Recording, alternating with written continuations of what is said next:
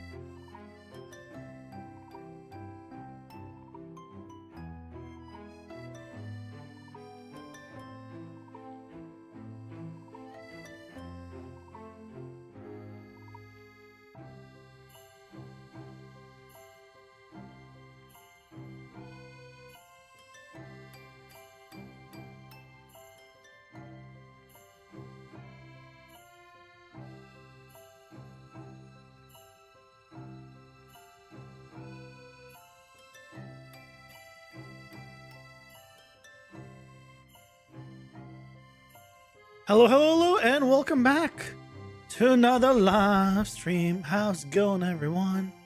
Welcome. Hello, Lucian. Welcome in. Hope you're doing well. Welcome. Happy Tuesday. Guts, welcome. Hi, hello, and hey, wow. A triple hello. I found out, and I'm not debating if this is good or bad. Hey, Daco, welcome in. How's it going? Hope you're doing well. I found out that I have 2 weeks of vacation, of unpaid vacation, instead of 3 for winter break. I was mistold the time. Now, it is. I don't know if I should be happy or sad that it's 2 weeks instead of 3. And I say this because it's unpaid. So, on one hand, I get an extra week of pay because I have an extra week of work. On the other hand, it's an extra week of work. So, it's like, am I supposed to be happy? Am I supposed to be sad? I don't know. Hey, Fumar, welcome in. How's it going? Hope you're doing well. No, we don't have PTO. This is not vacation. This is unpaid. This is the studio is closed. Everyone's unpaid for the winter holiday. Yeah, that's why I say it's unpaid. That's why it's debatable whether or not it's good, right? If it was all paid, then it would be bad, just objectively bad, where you get a week less vacation. But because it's unpaid, then on one hand, you are now being paid an extra week of work because you get to work. But on the other hand, it's, well, we have to work. So, I don't know. I'm conflicted.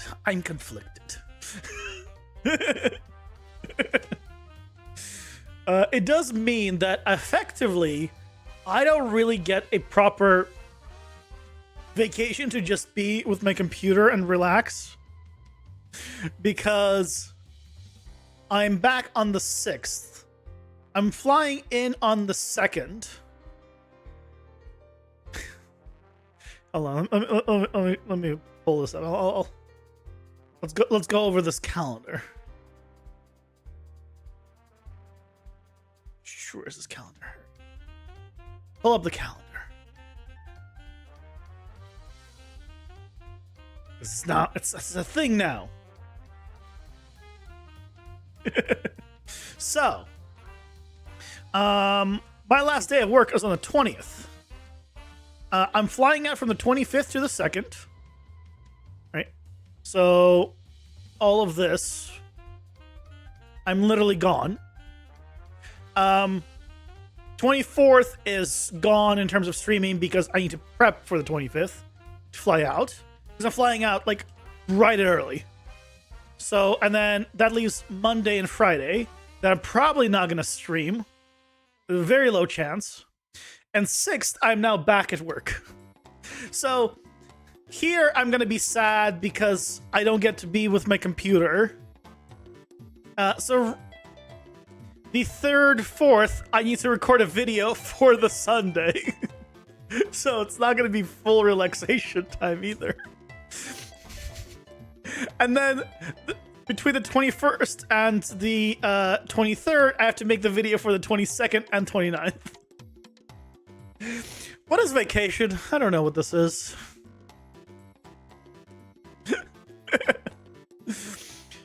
I'm gonna...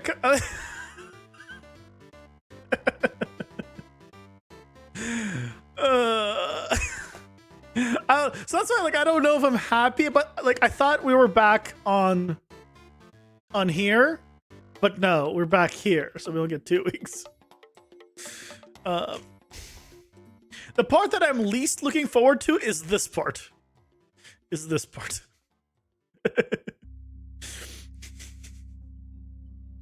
But have a great time as the introvert that you are. I'm not going to be doing much of anything here. Like, I'm visiting my dad on the 25th. He's pretty much busy at work, like, this entire time. And then, like, because my parents are divorced, I'll go to my mom's place, like, for this. So I'll be like, Dad's here, Mom's here. What the hell do I do? Really, there's, like, this is, like, figured out, and this is figured out. I have 5 days of what the hell do I do with my life? This is why I took as little time to go there as I could, and it's still too much. If I could have, if I had money, I would fly in. I would fly in on 25th morning, and fly out 26th morning to come back, and then fly back there again on like the 31st morning, and then fly back out on the 1st. That would be like my ideal situation. Stop by for a day, fly back. Stop by for a day, fly back. What? I can't do that. Literally would double my cost. Actually, maybe more depending on the days. This is the life of an introvert, basically.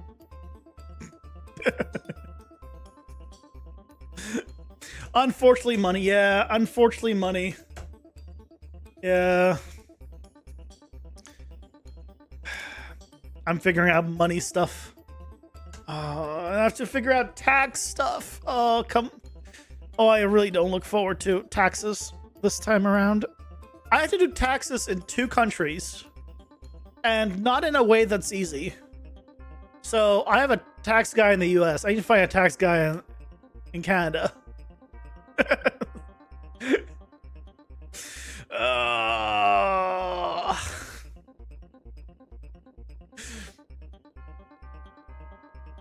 Great. And people say growing up is great. I beg to differ. If it wasn't for taxes. God damn it. Stupid taxes.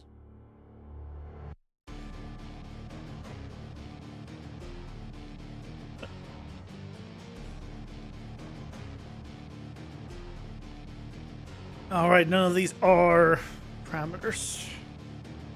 I hope you guys are having a lovely day.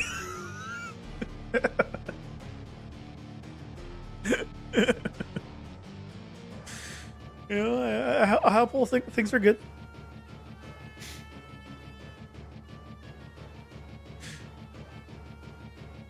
We're continuing with our 2-level environment here.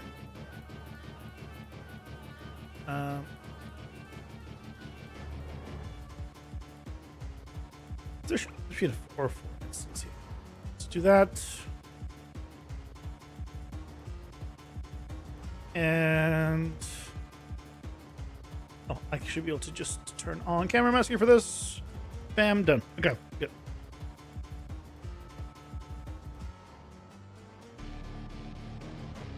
Your Twitch retrospective said that you watched over 184 hours of my stream. I've made almost 80,000 points. You sent 1,500 messages, which is kind of impressive because the majority of the time you're chatting in YouTube chat, not on Twitch chat. Also, in my view, I never see your profile picture, but I got the thing too. And I saw your profile picture. What is that creepy profile picture? At $10 per point, right? Right? No, the points are brain cells. So, you know, Gagat's got like 80,000 brain cells. And I think he used a lot of brain cells as well. So he doesn't have very many anymore.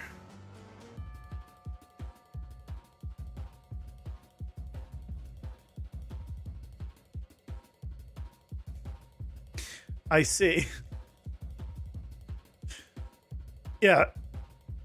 I mean, I can open... hold on. Do you guys want to see my... I mean, I can pull it up. My recap. If you guys care.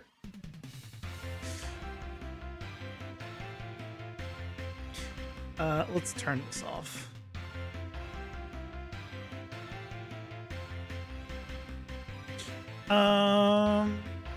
Okay, I want the wall. We need walls.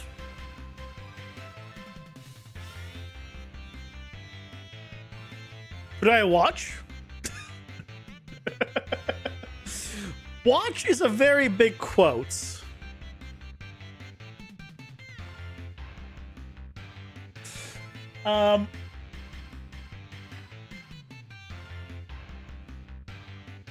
So I want to... Here, I'll show you.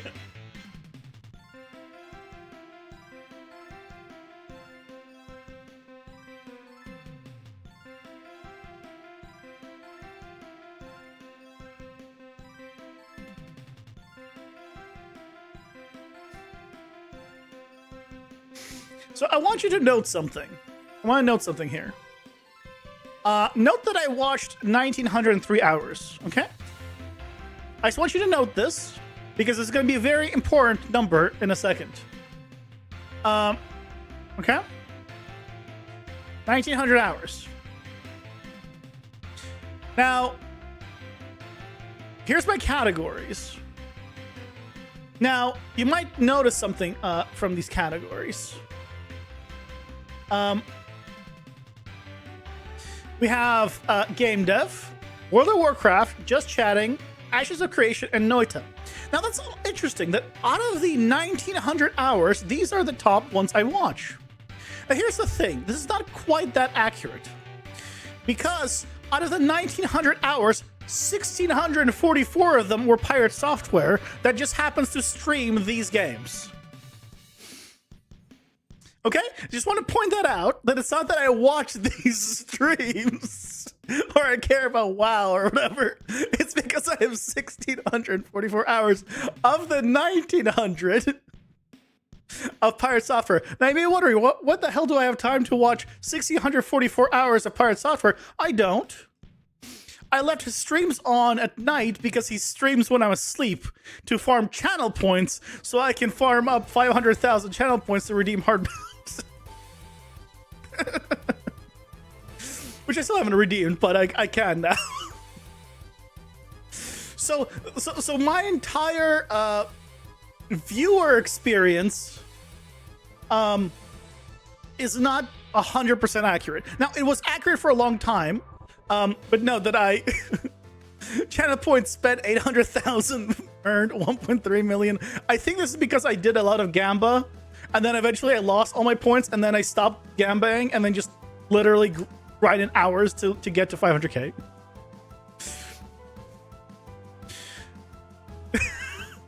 So I cheated on Pirate Software for 300 hours. It was less than 300. Come on, it's less than 300. It's fine. It's under 300. Then I have Ferret Software. I wonder why, because he raids it. Odd Oculus that I actually put on during work sometimes. Zacross and Point Crow. Like the difference in hours though. The difference in hours is like 1,600, 41 because he raided a lot, then 27, 21, 18. I'm surprised I watched Zacross and Point Crow that much, honestly. Point Crow right behind me. You know, stop gambling until you. The thing is, I ran out of points and you stopped gambling. I sent 843 chats. I don't emote very often. Max amount of times is 17 for wave and laughing. 3 times without the animation. 6 times the bongos. I think when I got emote, I think there's supposed to be 5 here, but I only have 4. 21 hours of Asmongold. That's how you lost 80k brain cells. I am the emote artist of the year. Why? Because the emotes I used were all my own. I guess. I contributed to 4 hype trains, all with primes. I am the grass toucher of the year. Yay. That's all I got. Now, do you want to see my streamer one? This is the streamer one. I streamed for 741 hours. How many of those were good content? Probably just 1 hour. But we won't discuss that, right? That's okay. 232 streams. At least someone on Twitch touches grass. I mean, they just call it touching grass, but you think when I go outside, I don't touch grass? Oh, that's ridiculous. I keep myself well planted on concrete. 218 day stream of 232 streams. You know what that difference is? This is what's called my stream crashing. You can check how many times did my stream crash during this time, or how many times did I accidentally maybe close the stream. Most of these were crashes, but the only reason there's a difference here is because of crashes. Because I don't think there was ever a day when I went live in the morning and then stopped streaming and then went live again.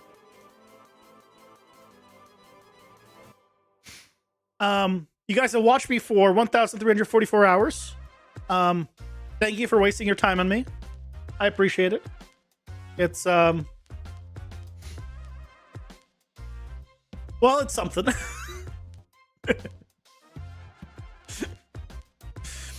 My top categories of the year.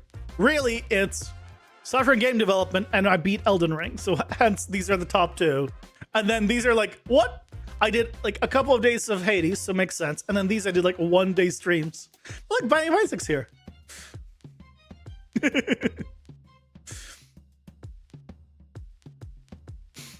So ungrateful. Thank God your main streamer is Production. Anyway, welcome in. How's it going? Hope you're doing well. Top stream of the year.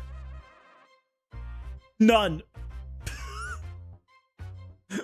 There's nothing here. There's no info. It just says top stream of the year. No, all my streams sucked. There's not a single top stream of the year because they all sucked. No. Top stream will reach 79 viewers. I think that's when I got rated like twice in a single stream by like 2 relatively big streams. This didn't last very long. But yeah, top tags. English, game dev, and game dev, basically. You guys talked 11.6 thousand times in my chat. So how many did you say you message did you say? You said 1,500 messages, Guguts? So you're about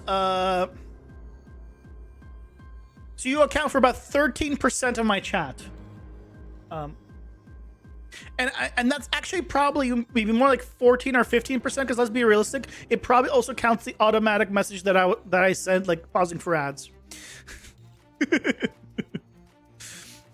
Yeah, you guys prefer chatting on YouTube a lot more than chatting on Twitch, which is surprising.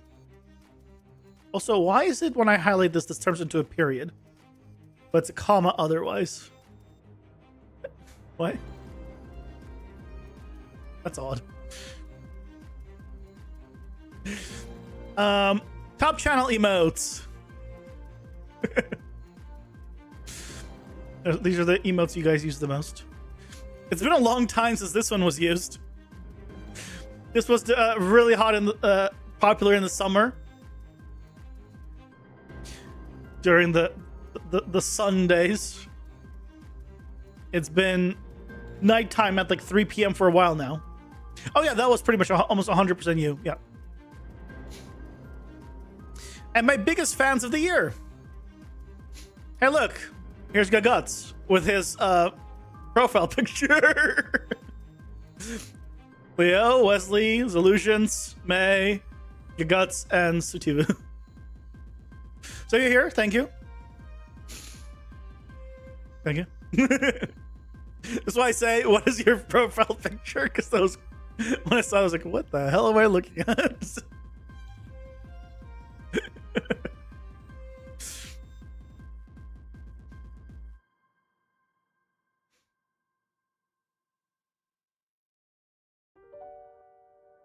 That doesn't...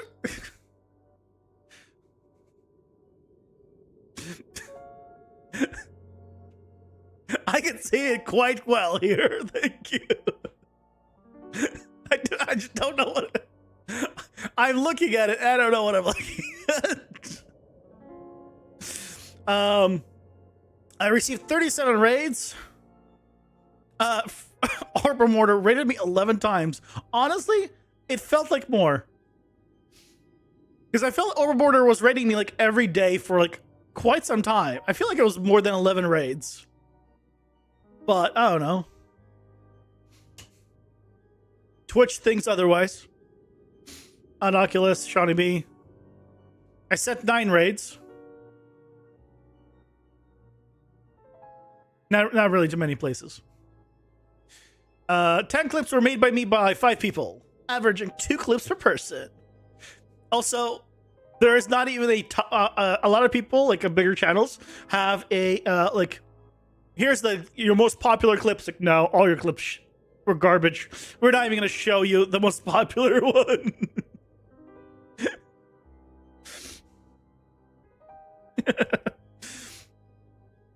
I had 224 new left follows, 53 subs, and people have spent 128,700 channel points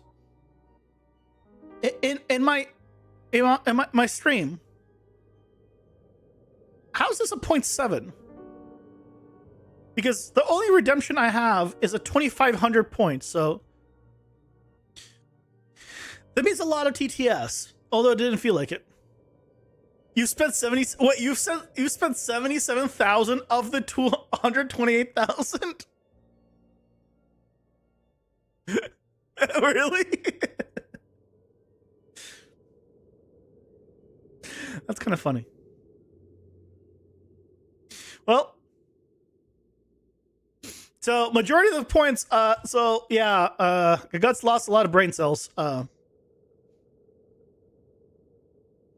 Chat badge unlocked. Also, I guess you guys can use this chat badge.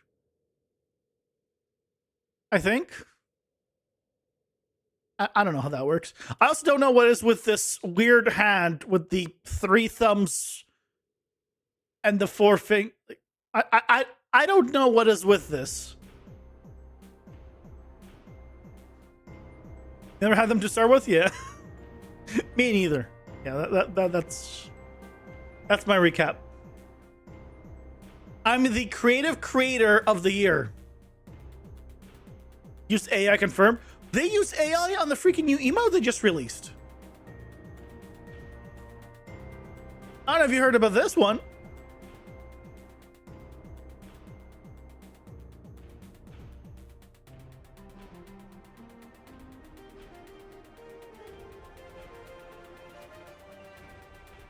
Where is it?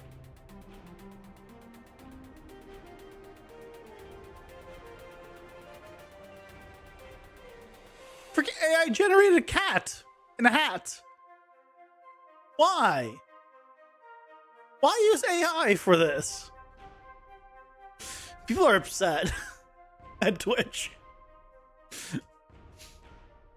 There's so many adorable real cats in hats that they could have just taken a photo of. Yeah.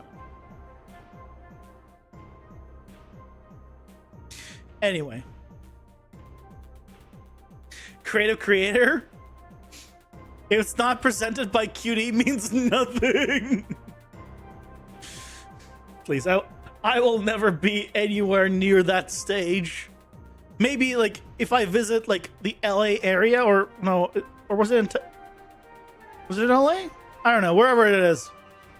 Then maybe I will physically be near it, but I don't think it'll ever be beyond that.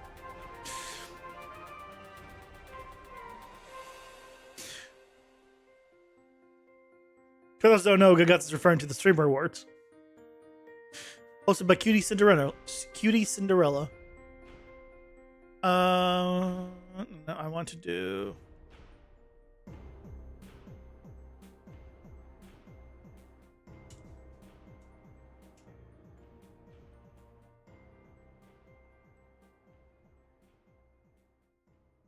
Firestar is coming to Brazil. You'll have a chat with him to boost you up. Trust.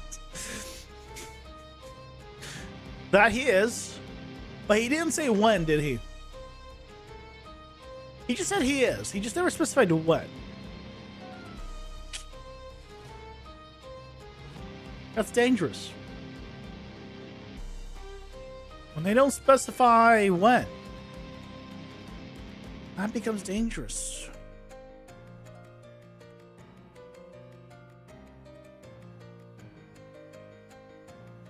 Can I put this here? Where am I putting here?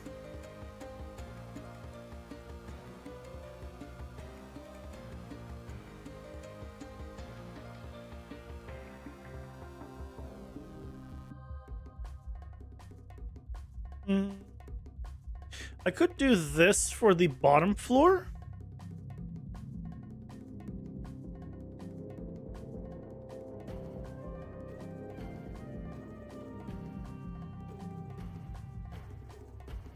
That's why it's such a pain to snap.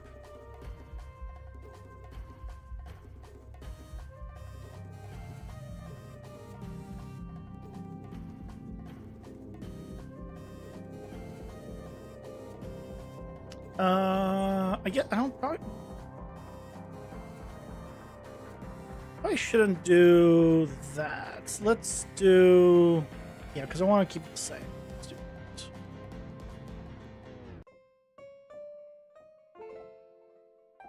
And I can scale it. And then for here, I mean, honestly, I can just put the small one. It'll blend in.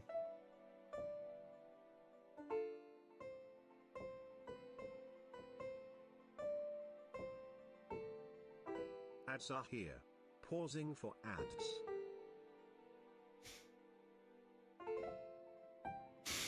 Is that in such an ominous way? What do you mean? How so? Oh, that's a corner piece. I didn't mean to grab a corner piece.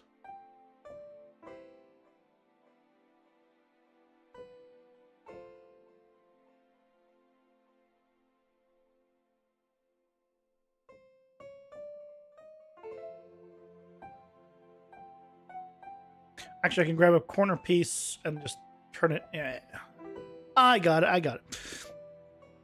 No. No. There's nothing ominous. Nothing ominous about what I said. Or is there? Who knows? Who knows? I mean,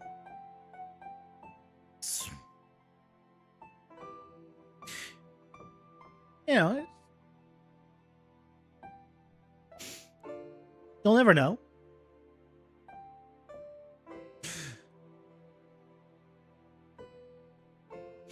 I don't know. Does YouTube do a recap?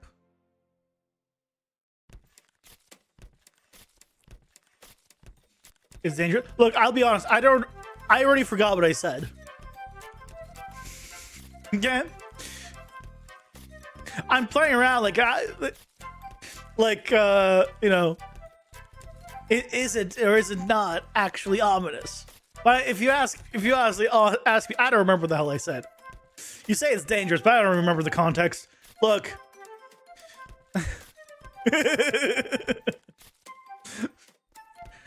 Words have left my mouth, and so they have left my brain. Okay? Once I say something, I forget what I say. That's just how it goes. That is the, you know, the life of a streamer. It's just, you can't do anything about it. I think it's in our contract.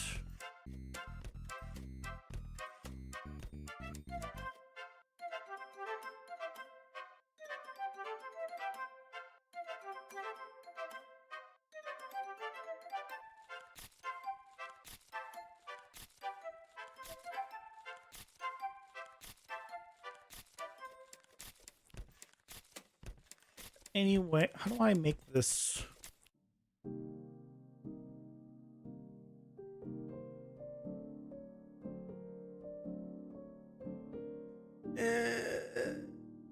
No, I should put something else here. That's what I should do. I should put something else in the corner. What can we put in the corner? That's cool. Got a pillar. Is there a nice pillar I can grab? I can grab this. A pillar out of that, honestly. Is there a better one?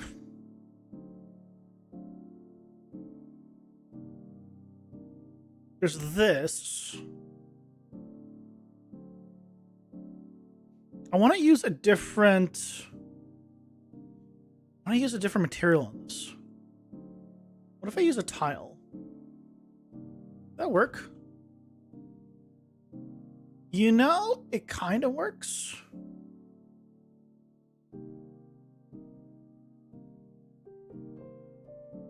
Does it?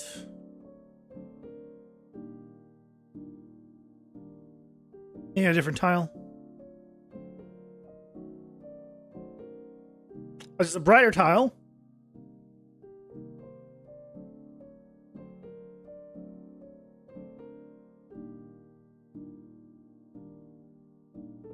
Yeah, screw it, let's go with this.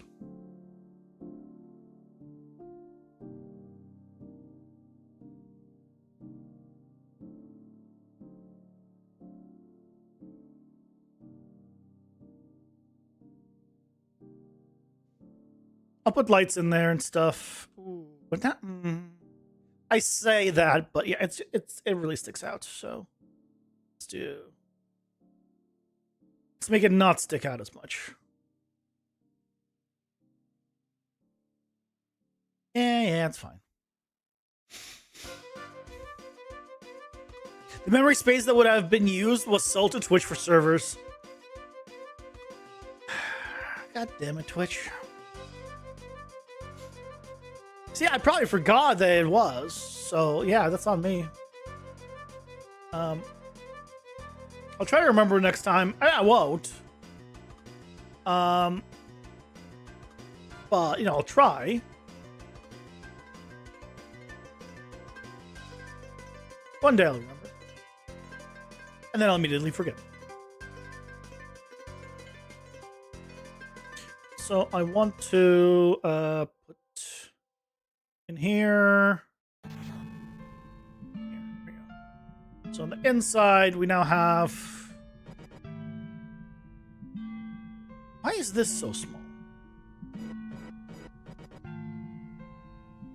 Why is the tile in this different?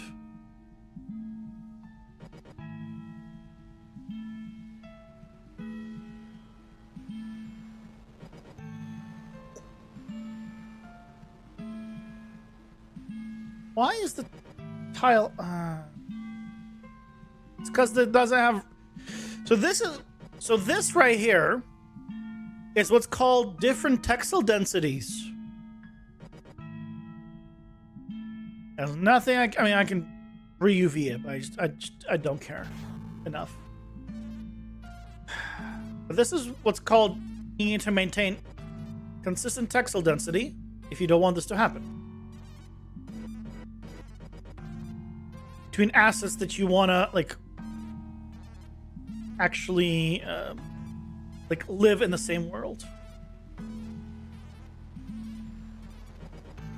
or like right next to each other, kind of thing. Because now it's just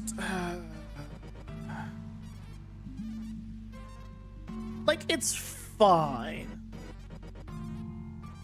Oh, I turned off the.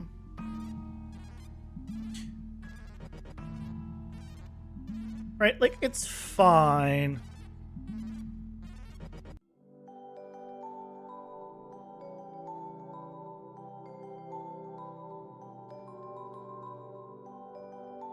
Why do I have overlapping? Why does this have overlapping? Am I scaling this? Oh, I guess I need to slightly scale it differently on the Z.9.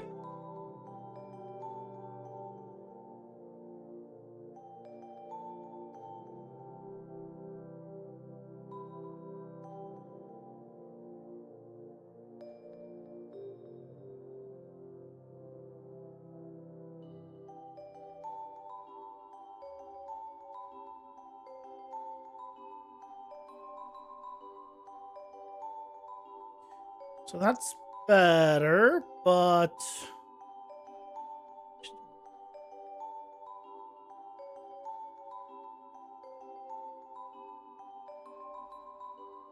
where's this hole coming from?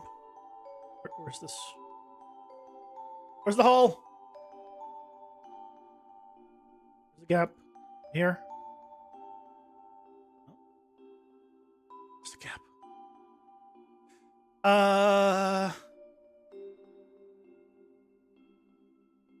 Rick, someone find the gap. Find the hole. It's horizontal. Okay, cube.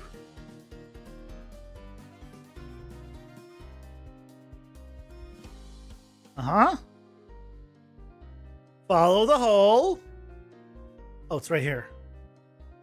Oh, okay, it's from this because we're seeing. Okay, got it. It just happens to be just a very okay. We'll probably want a wall here. Hey, Patrol, welcome in. How's it going? We're doing well.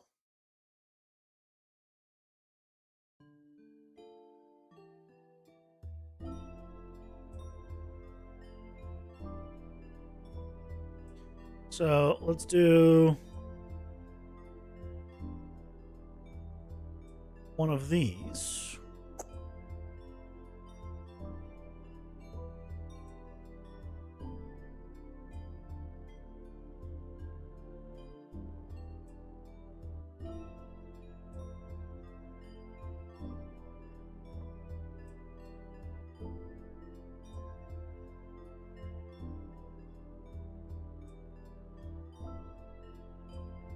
Don't want this last one. It is. Oh. There we go. Only thing is, it is just ever so slightly.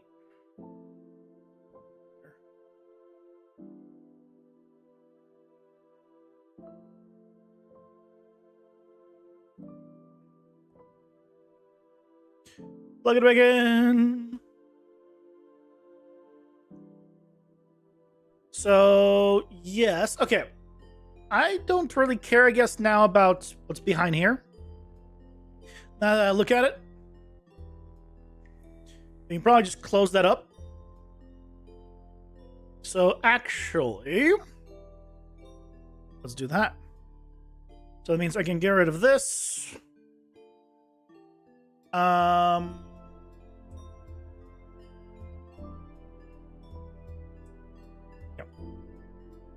And move this over. I don't need to move it over. I can just take this, squish it aside.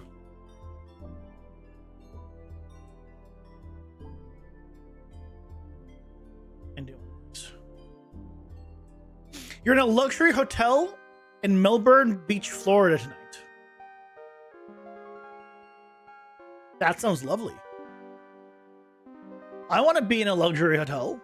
Actually, no, that's a lie. I thought about it for just a split second longer, and I'm like, no, that means I would be without my computer, and I don't.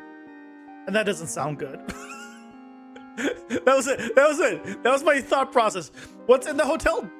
Do I care? No, because it doesn't have my computer.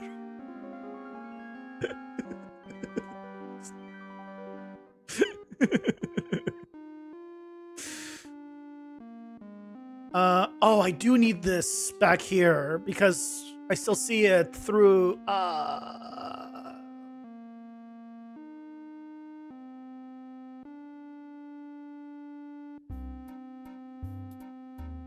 unless I close it off. You know what? I'm gonna close it off.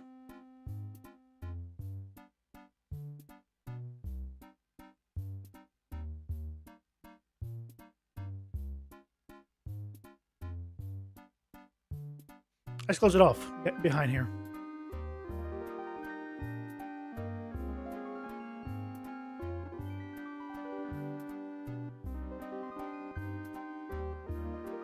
That's the trick to it.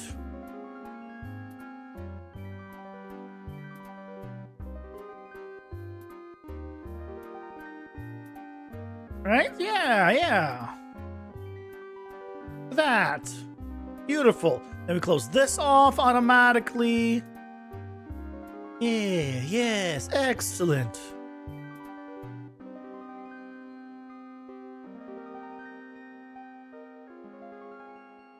This place would make it work.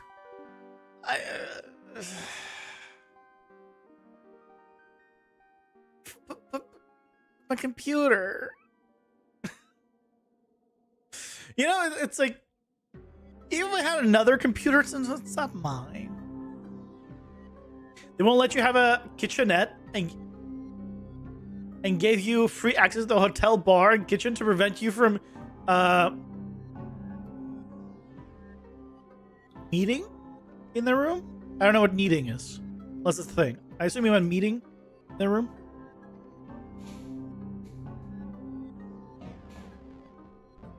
Sounds lovely though.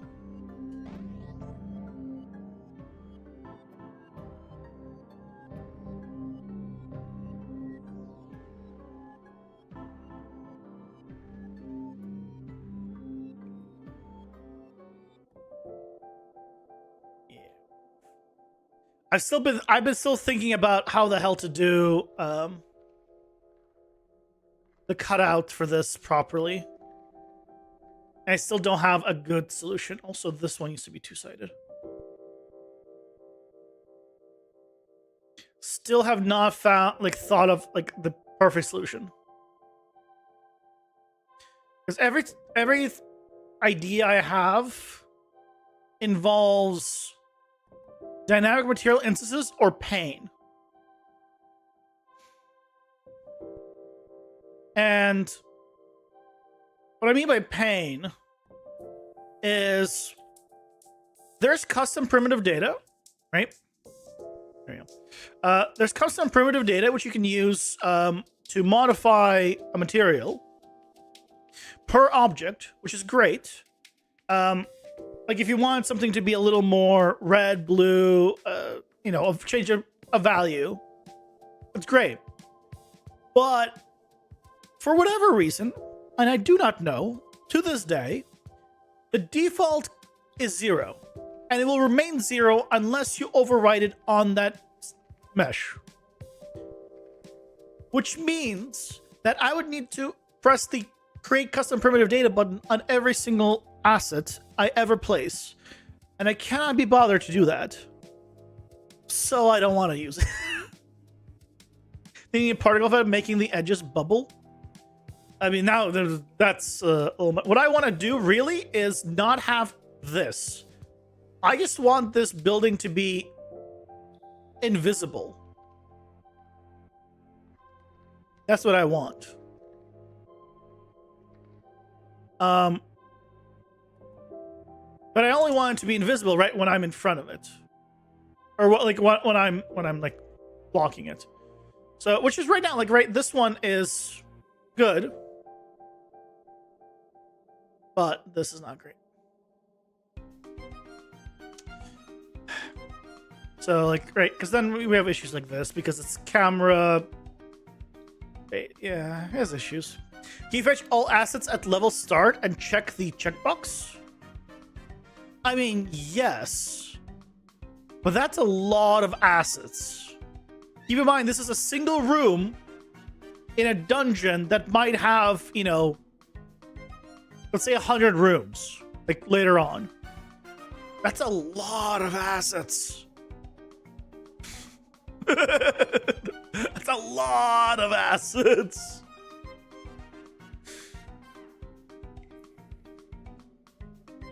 And I can write a script that does it. To be fair, I could write a probably like one of these to do it.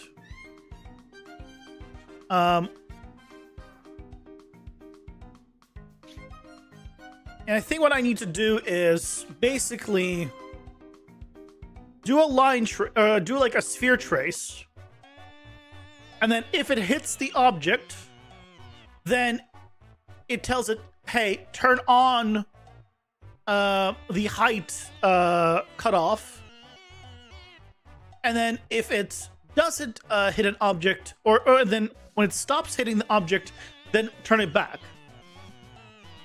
Right? So that way it can do with custom primitive data, for example. But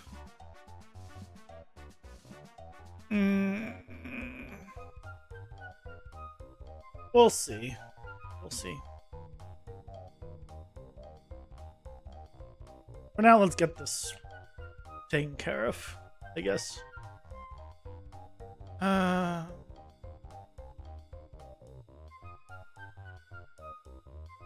Actually, do I want to use this here? Oh, God. Okay, no. This does not work. Does not work. Got it. This is not just a tiling texture. Got it. Okay. Thought it might be just a tiling texture. I would just have made this a tiling texture. But nope, it's not. Because it has some geo differences, so fine. Like that. But the screen Blender that opened the assets, then did a thing, then saved them back into the game could really be useful. I mean, it wouldn't help at all. Because it's not a model thing, it's a in-engine thing. Yeah. Are you guys familiar with custom primitive data? If not, I can just quickly give a demo of it so you guys know what I'm talking about. in case you don't. 'Cause I don't know how familiar you guys are with custom primitive data. I could probably just...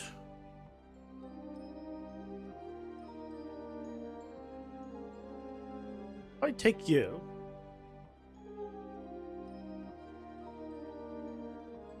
And just take you. Take you.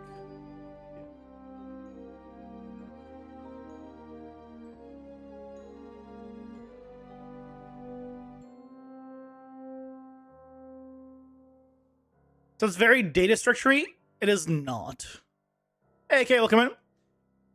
The intersection node transfers attributes incorrectly. Have you encountered this? No. I don't think I've ever needed to transfer attributes with an intersection. I've only ever just checked if something goes through. Yeah, I don't think I've run into this. New to you? Okay.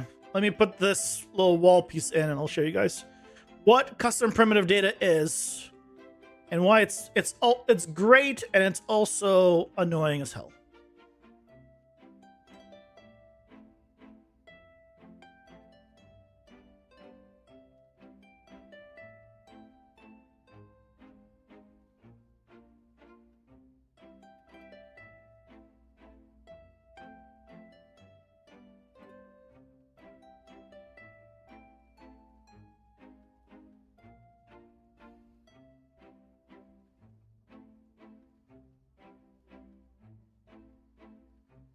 Okay.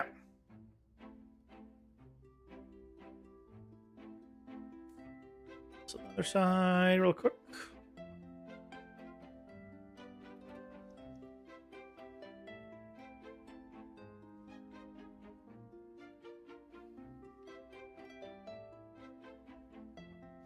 Okay, so custom primitive data. Let's make a quick material so I can show you guys.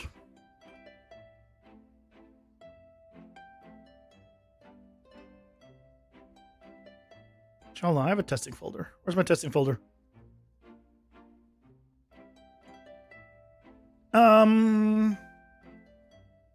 Custom primitive data demo test, sure. So if I had a cube,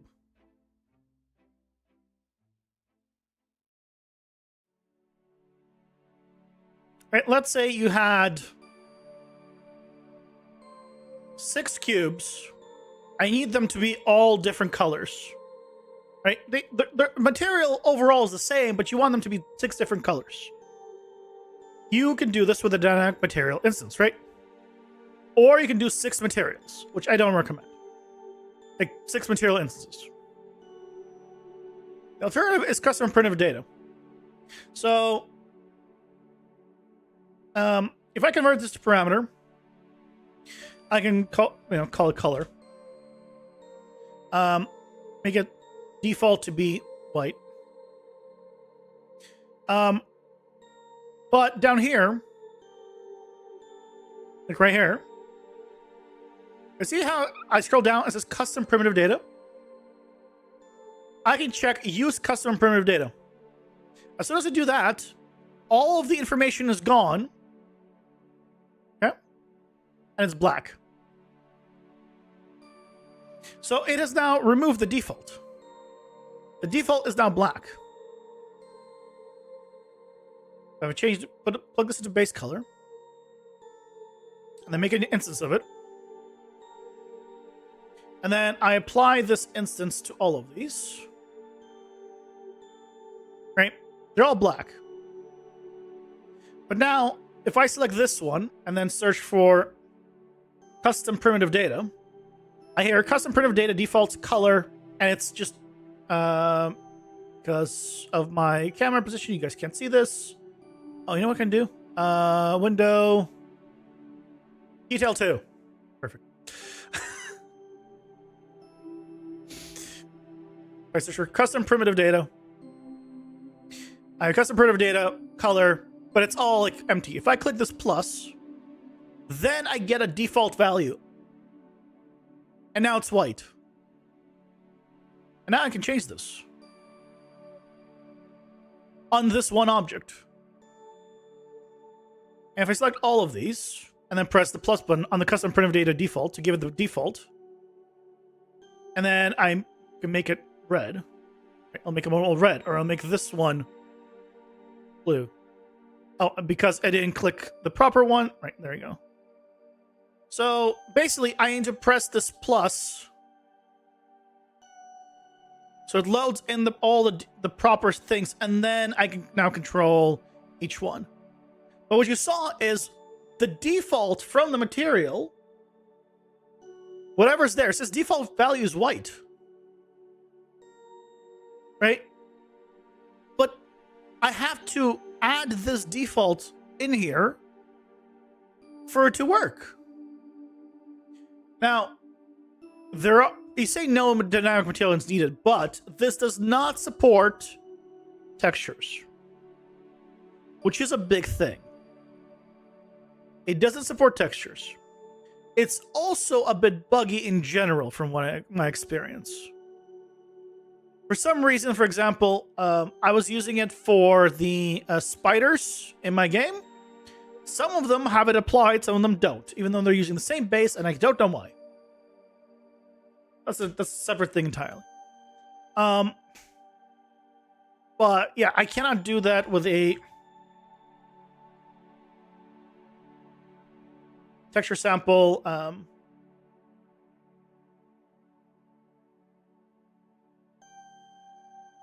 There is no custom primitive data. You do custom names, that's it. So that is a big one, where you can't overwrite this. So the alternative also is to do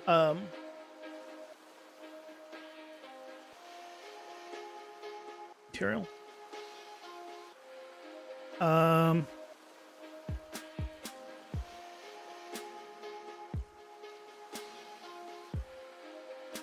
I'll do something similar.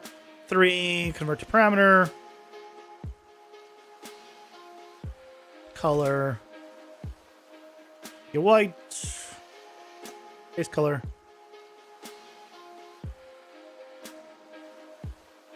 Okay. So let's say I have these over, and then I replace it with this material. It still has the custom primitive data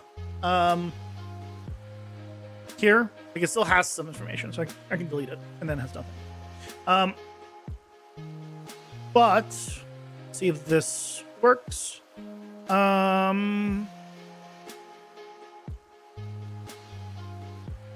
So this one doesn't have the option. So I don't know why. And this is something that I haven't figured out what controls this. Sometimes you have an option. Oh, it's because hold on. Create material instance. I meant to assign the material instance to all of these. Assign the material instance to all of these. So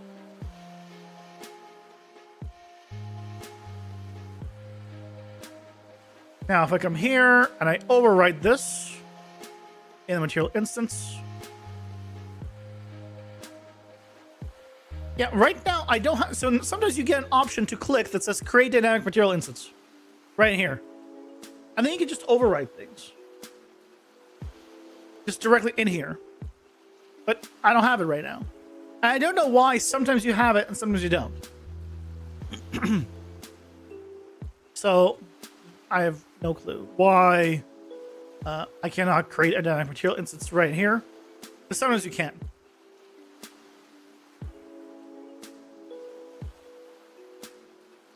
I don't want to bake. Yeah, no clue. That's the other option.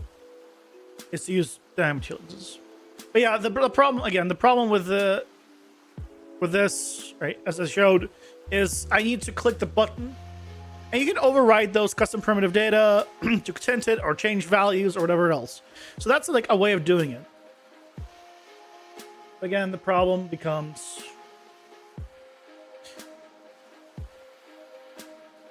you gotta press the button on every single damn one. Try to find an intersection of mesh points with grid points. Mesh points have a room ID attribute. Pausing for ads. Oh, is it not keeping it? Oh, it's on. If I had about 3 gaming laptops, you can make a hotel tier game development happen. I mean, sure. Absolutely.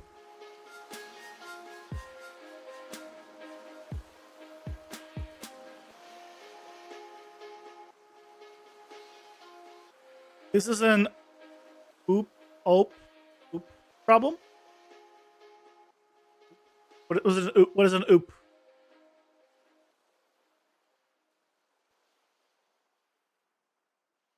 Like your own subclass that has the default set the way you want. Yeah, but now you're dealing with blueprints, right? So now you need to transition to having every single object, instead of just being drag and drop,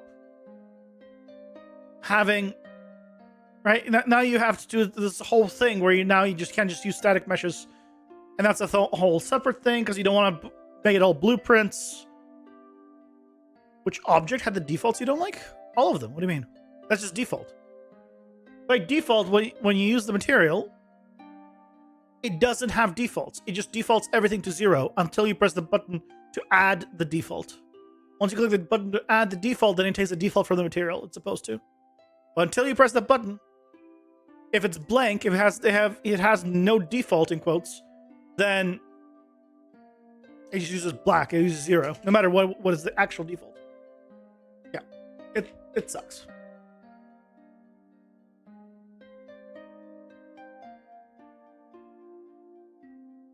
I don't know why.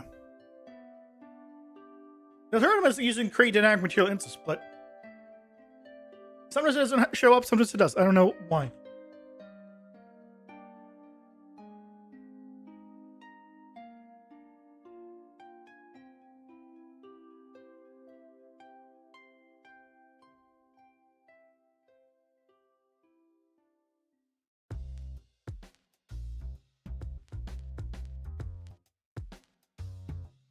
Yeah, it's supposed to be here. This. But I don't know why. Like, I don't have it. But sometimes I see it. Sometimes I don't. I don't know why. I can make a settable default material. I mean, good luck. Yeah, I mean, I'm sure in like C++, it's possible to like code your own like special material that somehow. No, I don't even know if it. Yeah, I don't know. I don't even know where you would begin to like do stuff like that. I'm imagining custom code, the custom engine entirely, but.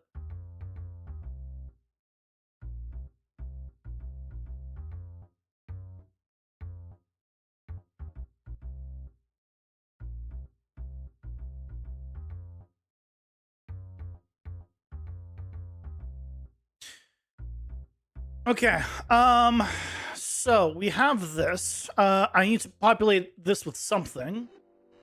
I need to put a roof on this as well.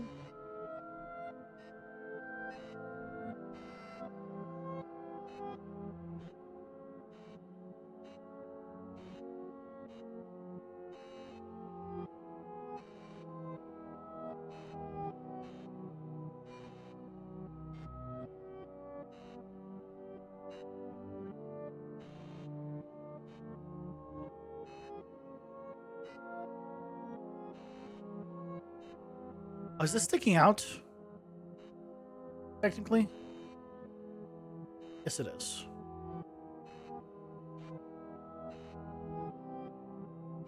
Let's fix that. Good. Technically speaking, this is sticking out, but we'll never see it, so it's fine. Doesn't really matter. Right. Well, actually, we might be able to see it.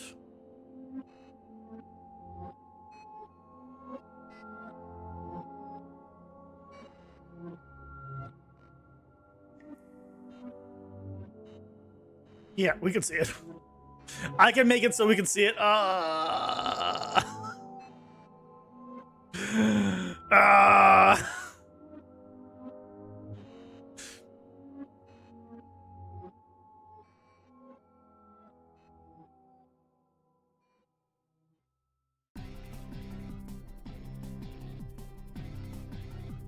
It's fine. It's fine. You know what? We'll work around it. We'll work around it.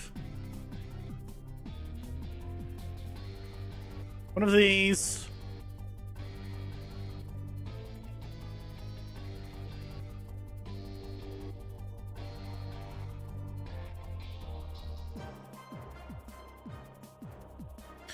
It's fine. So there you go. Problem solved. Right? Problem solved. Oh.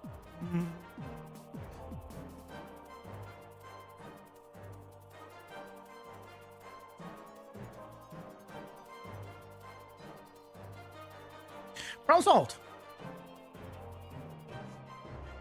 You're gonna make it work in blueprints? Well, yeah, in blueprints I can do that in blueprints. That's easy. Yeah. Yeah, in blueprints here. You go construction script or event graph, and then let's say I had a cube, and then I could do set custom primitive data. There you go. And you can do set default custom primitive data, etc. Right, and you can just set it. Yeah, and blueprints and stuff like super simple. But again, now you're dealing with a blueprint, and then you have every single thing in your entire level as blueprints instead of static meshes, and that has its own problems.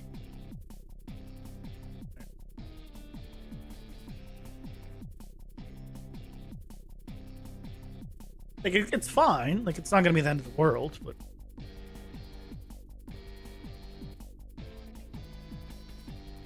You're being defined. You're going to make a material interface that presents game statistics to the designer.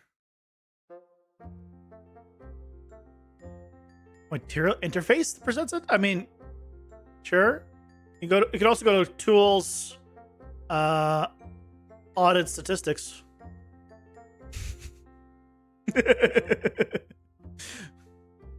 But you can do the material too, I guess, if you can find out how to get access to those things. Yeah. No one's gonna stop you, I guess.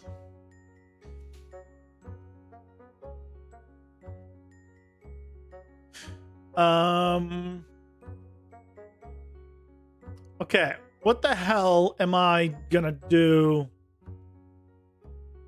Well, here's the thing, I guess, right? I made this, but I don't actually want it to be this full open area. I need to divide it up. So let's actually go to here. It's easier to grab the pieces in context. Love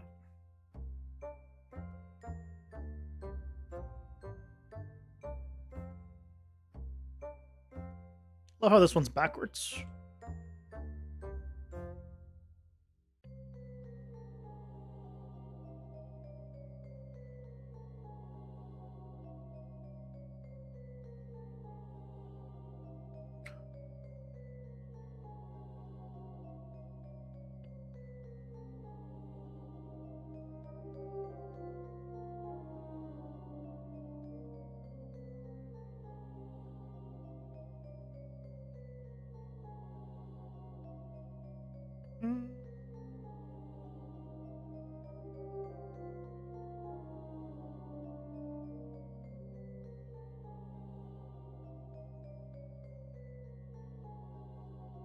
Hey, Mr. Brusquette, welcome in. How's it going? Hope you're doing well. Are you dragging scenes from? Yeah. Makes it easier. See? It's all an actor palette.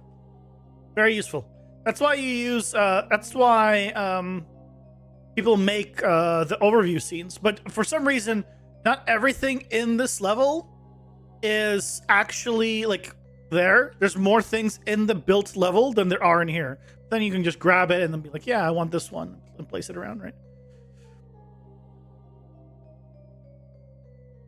So, yeah, this one's not great. So I'm like, you know what? Let's just grab it from here.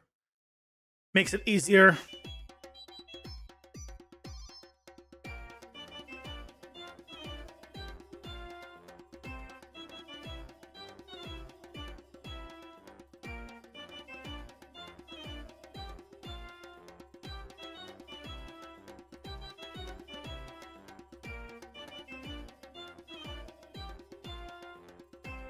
Maybe I should make a little smart, a short video on it.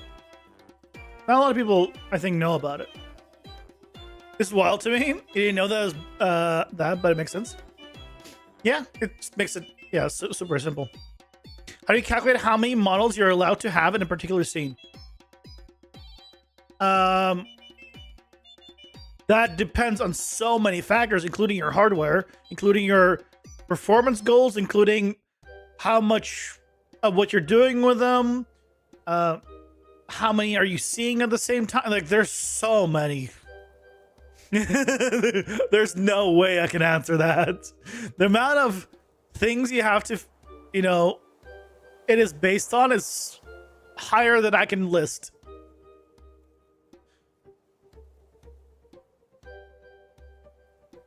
Do you have nanite on? That also would affect how many you can have, right? Because if you have nanite, then you can have theoretically more or less.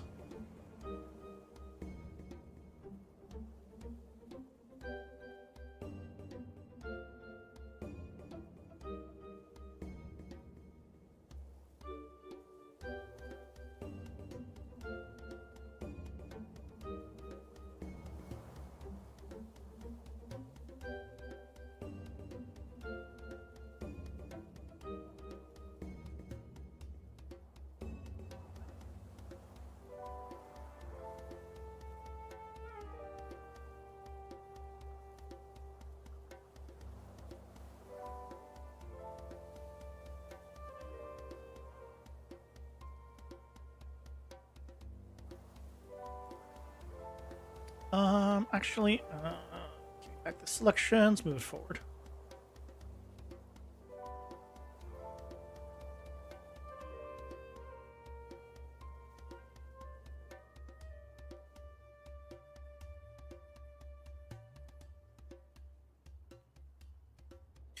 So we have this now.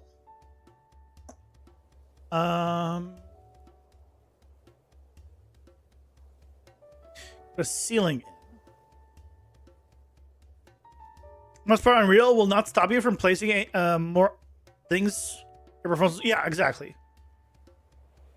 Yeah, there's no your hardware is the biggest limiter, and then how you use the pieces also then becomes the limiter, because you can have 1 million pieces be fine without collision, and 1 million pieces with collision not be fine, right? But still 1 million pieces.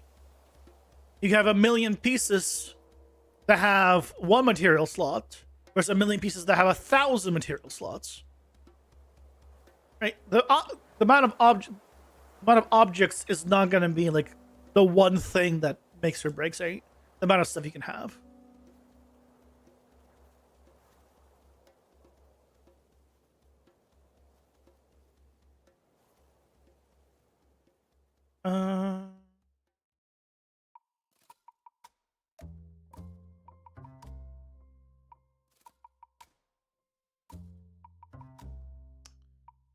I do kind of like the fact that it's all different on one side. I'll be honest. Okay, so what if...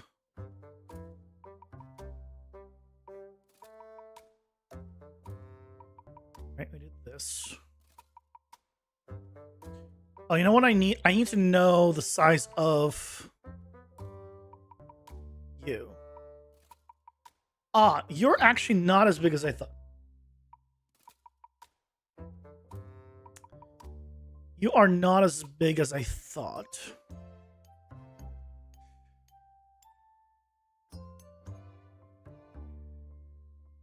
So theoretically, we can do 1 floor here.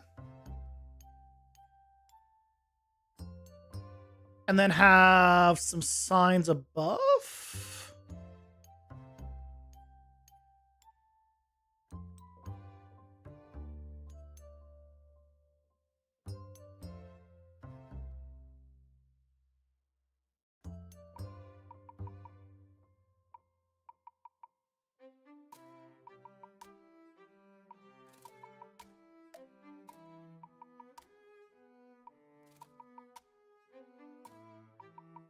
Yeah. Apparently needs more research. Satisfactory. The object limit is 2.16 million. There's a game imposed limit or Unreal imposed limit. You're not sure. Is Satisfactory made in Unreal?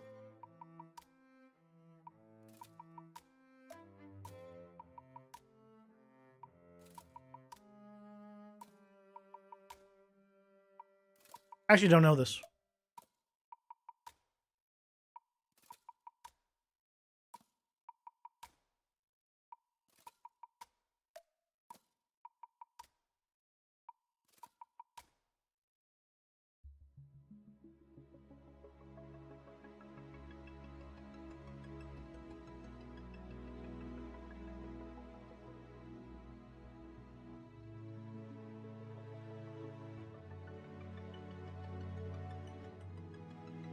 It is. Oh, interesting. What means required async or timed out? In graph determinist test results. I don't know. I don't know what a graph determinist test result is even. So can't help you. Sorry.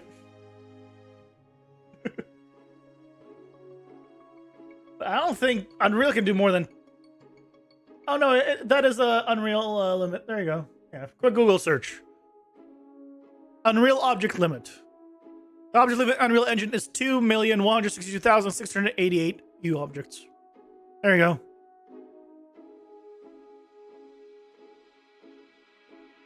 Ta-da. Now, that doesn't actually mean 2 million objects, I'm pretty sure. Because what if you have one object as an object that has a lot of child instances of that object? Then could you theoretically have more? Probably. But it's not 2 million unique objects. I think it probably depends how it's done.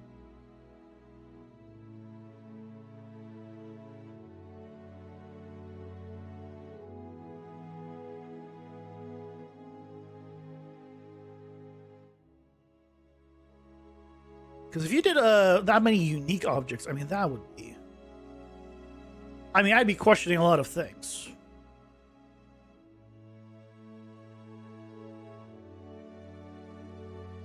Mostly why?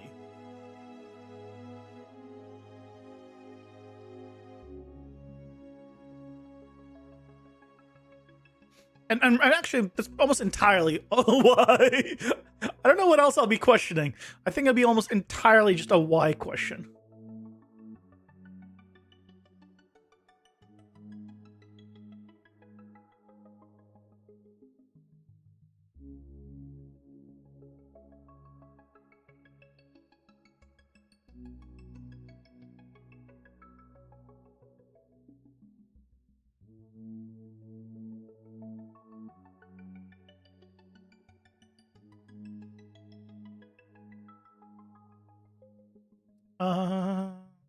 Two of these, and then I can move this one further left.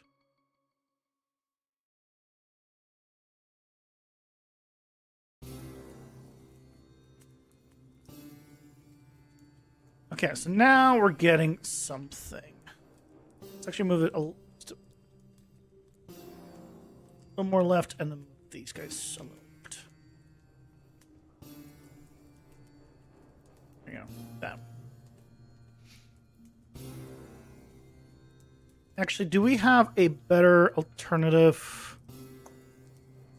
I mean, sort of, but not for like that material. Ooh, we could use this. I don't want to put a door. Do I want to put a door?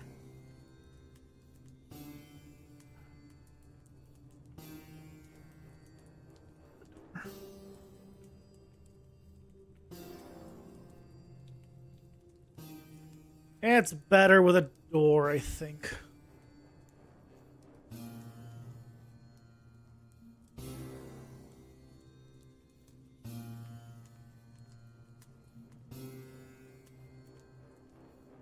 I think it's better with a door, damn it. That means I have to do more work.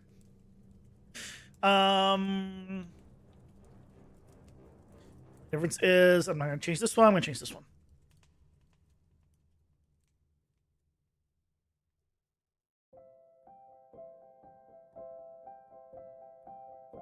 There we go. As for graph determinism, it's a measure of consistency in PCG graphs. A float rounding errors will cause different results despite the same seeds.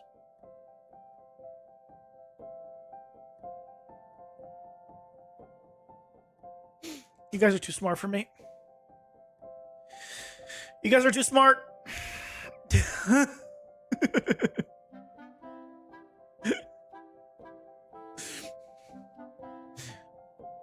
Your knowledge is beyond me. Does that help? By help, I mean like a translator, really. I don't really need actual help. Yeah, I can put something here now.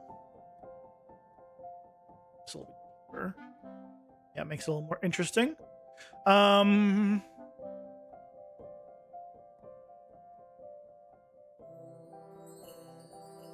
Oh, it's not a bad idea of how to do this. Yeah, let's put this. Put it at the same level.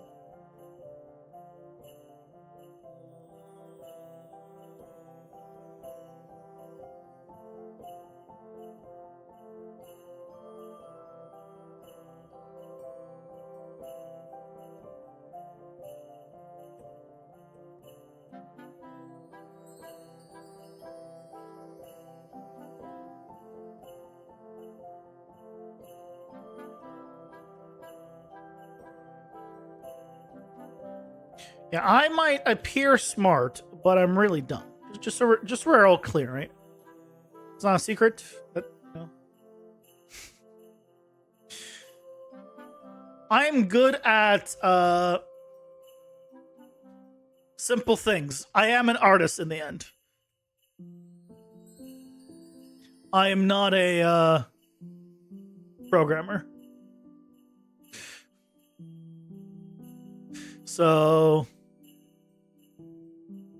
right when I did.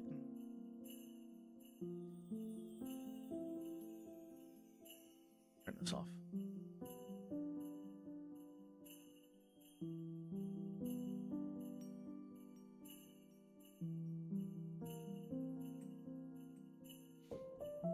Yeah, that's good enough.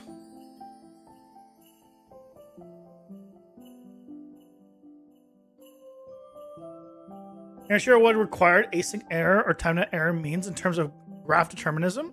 He said that probably some part of the graph execution is erroring out during execution. So what you're saying is, I think the summary of that, in a very advanced way of saying, just, there's an error. Yeah? You want to be a software dev, a massive math nerd, so you can explain something? Yeah, I'm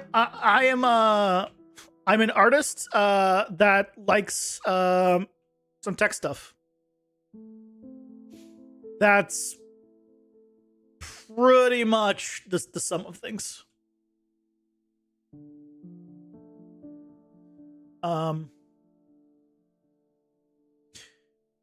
Yeah, that's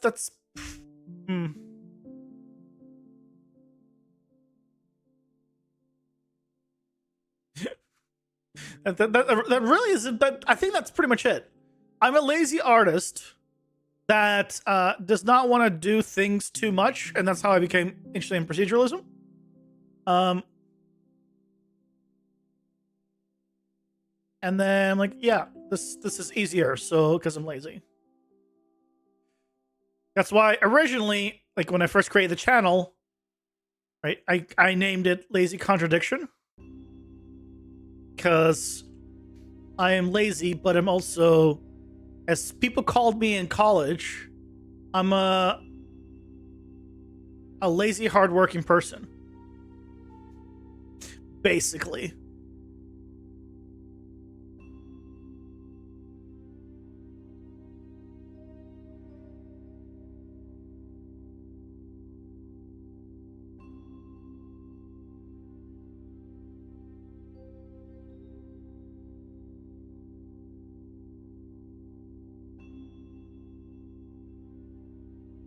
Which is a contradiction. Lazy, long time no see. What do you mean long time no see? You see laziness every day. Almost every day.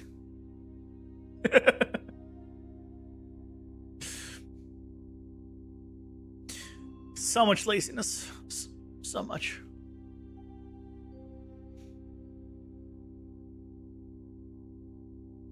I guess I'll just put this on top.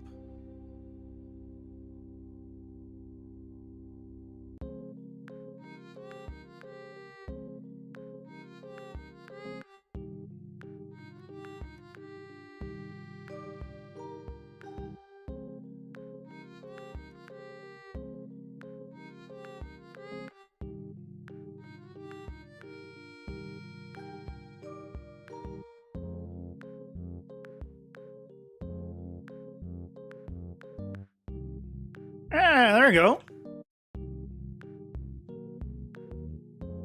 Let's turn on the culling again.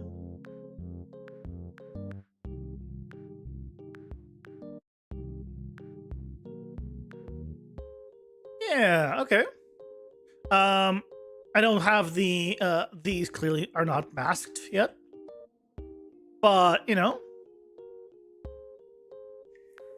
it's getting there. It's getting there. I think I do need this entire floor set up. So that's the problem with this cutout method.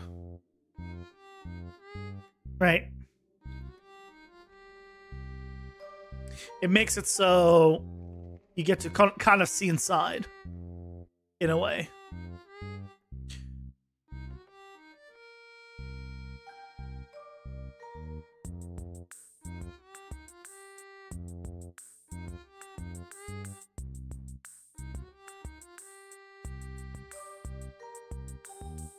Material instances, thankfully, so I can just turn it on. Since good. Is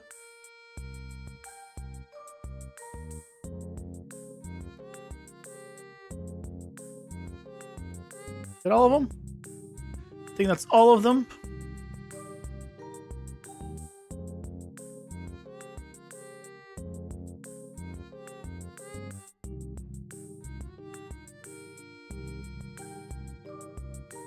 Let's see.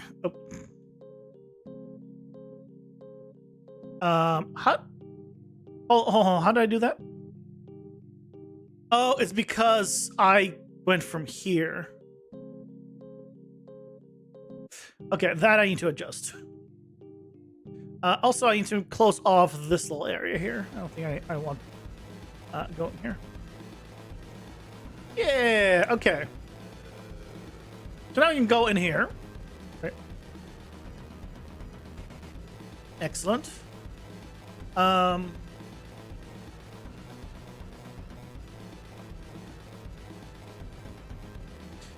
Let's close off.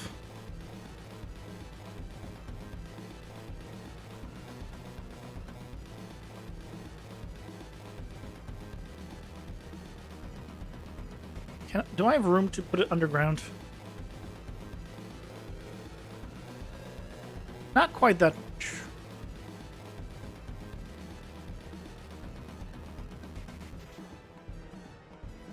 But we can do this.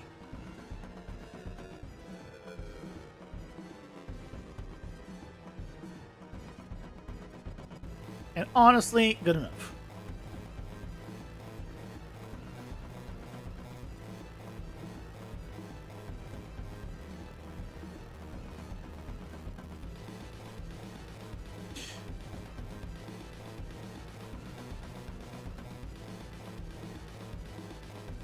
Ooh, I need to fix that, but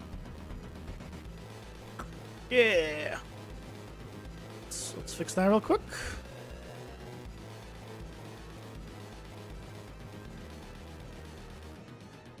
I should make it one and just move it. Pausing for ads.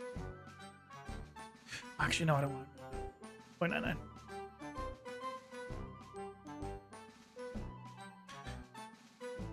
There you go. Problem solved.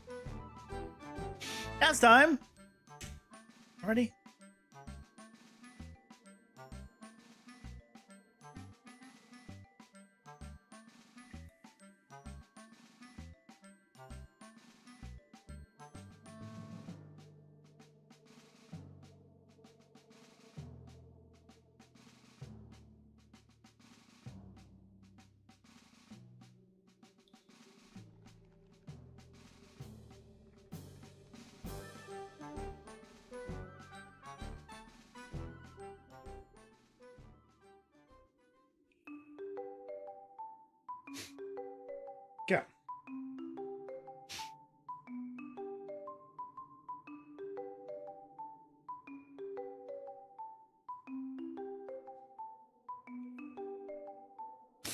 A coworker is like, you'll never guess, you'll never guess this thing.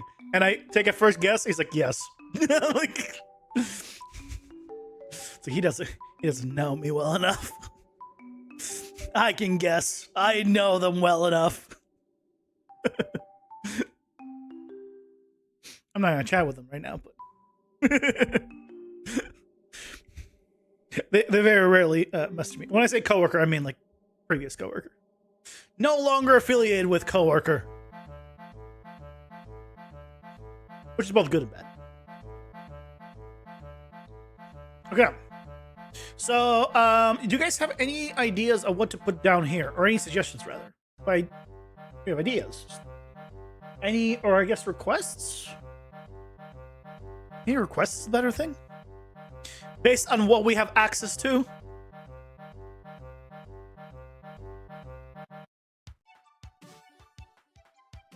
I can put some small, like, I can break this up into its own stores, actually. Ooh, do I want to break it up into small stores? You're so glad you grabbed Twitch Turbo? This would not do ads if someone paid me? I mean, there's the other option of just coming over to YouTube. You come to YouTube, there's no ads on YouTube. But I pause for ads, so you don't miss anything. It's like a walk-in shopping district? Yeah. I could put like rows of, these. Because I don't have like that much. Hey, Sworn, welcome in. I see you're up late again tonight.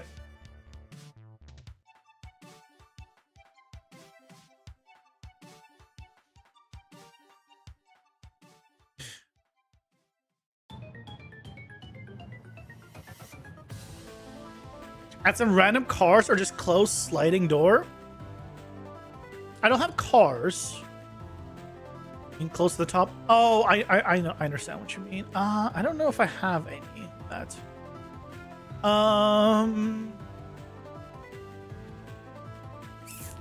Best I have are these. I don't have sliding doors or anything.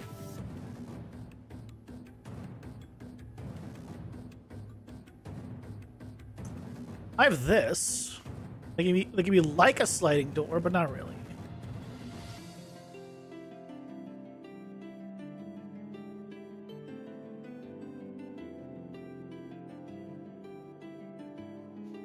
I can put these in. Do you have like actual doors? I kind of like them just being open.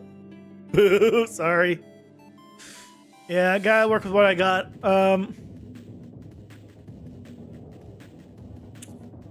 Yeah. I work with what I got, but I mean, would it be better if I had these closer? Like,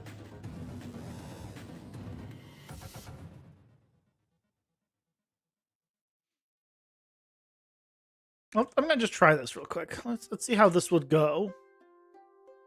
If I did have it like this.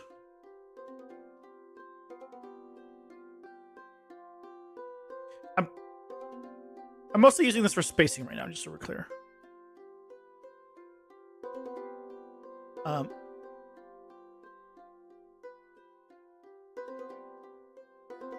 I don't think I'm gonna be keeping the glass, but I'm thinking just more supports, basically.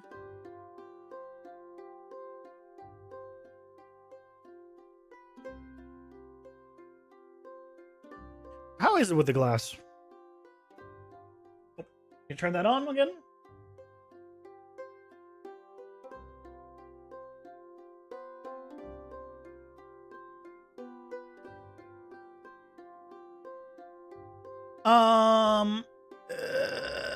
Yeah, because it reflects, it really doesn't work well. Because it reflects the masked version. It doesn't reflect the full version. It reflects the masked version. And so it's reflecting the sky for a lot of this.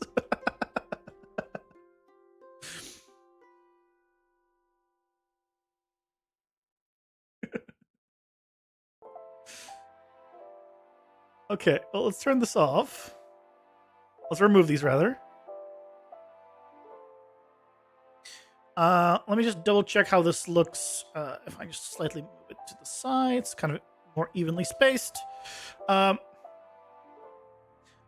know what? I think I'm going to keep these closer together. There's just more of them. I think it's a little more interesting.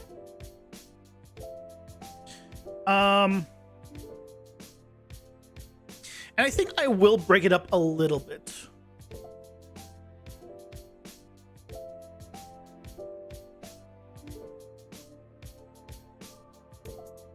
Just swap this out. I want the yellow one. I want this one.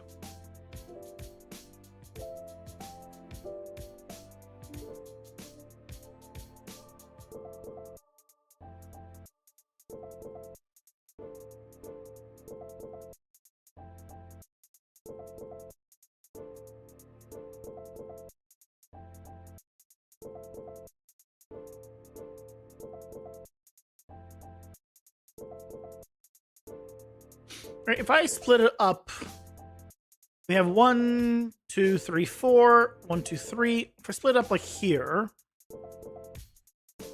so now we have 2 of them to work with. And then you know what? Maybe what I'll do is have this one, but then it doesn't make sense, right? It's either it supports or it's not.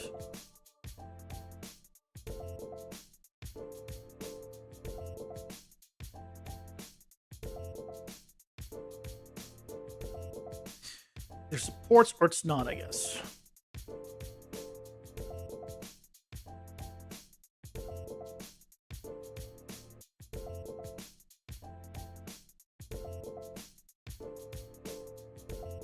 This, you know what we can do?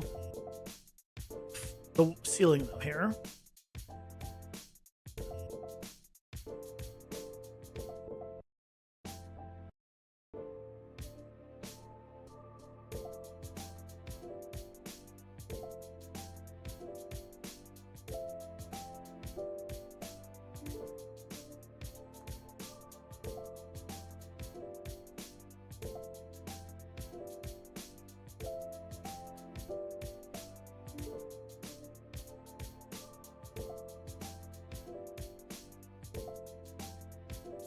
Off.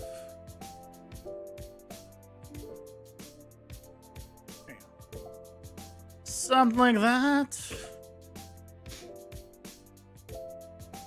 Looked it up. Even if you have Twitch Turbo, streamers still get money even if you miss the ads. Yeah.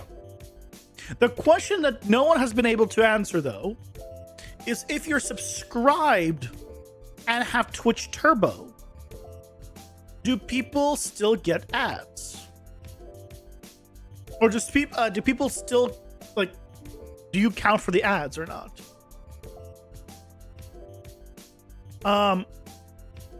Because, right, if you did count for ads, that would be bad for advertisers because they're not actually getting their advertising served, which will be quite illegal.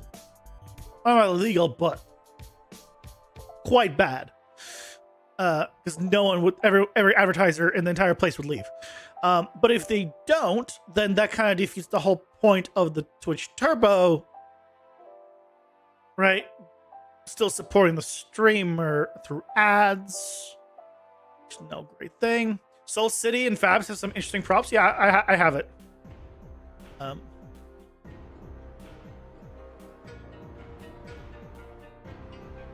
Is this one?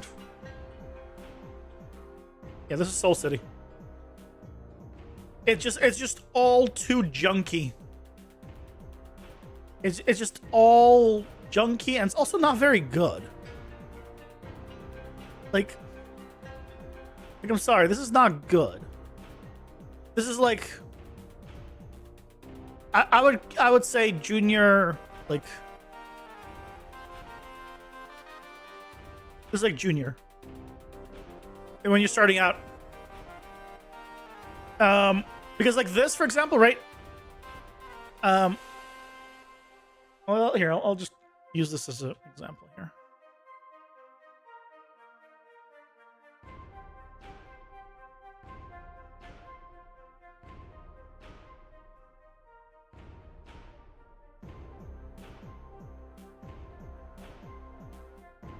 Yeah, it's free. It's free.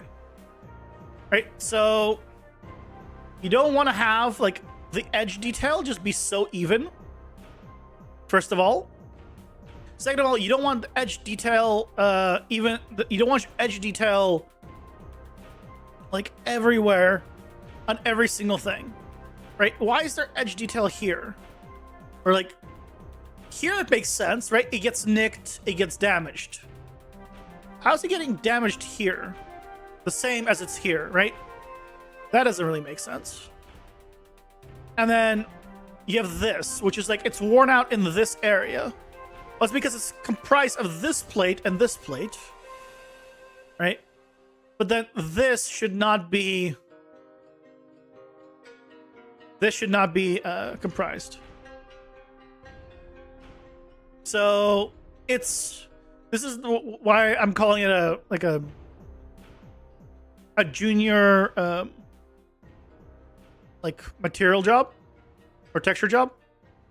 Not because like of any like one little thing, but it's mostly because I know that when you're starting out, like fresh out of college or just learning texture painting, everyone did this. Everyone, myself included, when I was in college, right? Until like I got further into like learning texturing and stuff, I'm sure I did this as well. You just have like, oh, you just learned about edge detail and how that's important. So you put edge detail everywhere. And then all this is a noise, right? This is just a noise. And then you just mask it by, again, more edge detail with a noise. But this object doesn't tell a story. How was it used? Where was it damaged? Who was using it? How are they using it? Right? Because depending on how it was used, maybe this part would be more damaged than this part. Because maybe it was, this was in the air, this was on the ground. And so people would keep like hitting this with something, but it wouldn't be hitting here. Right? You can tell a story with just a little piece. So, yeah.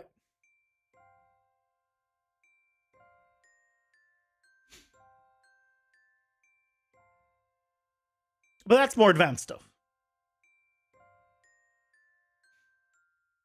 Nice panel for a tank creation. Shrink it down and stick it over a window. Right here. Let's take a look at what does it look like actually with part of all the stuff. I'll grab one that maybe would work. Maybe this one. Let's see if it works with any of it.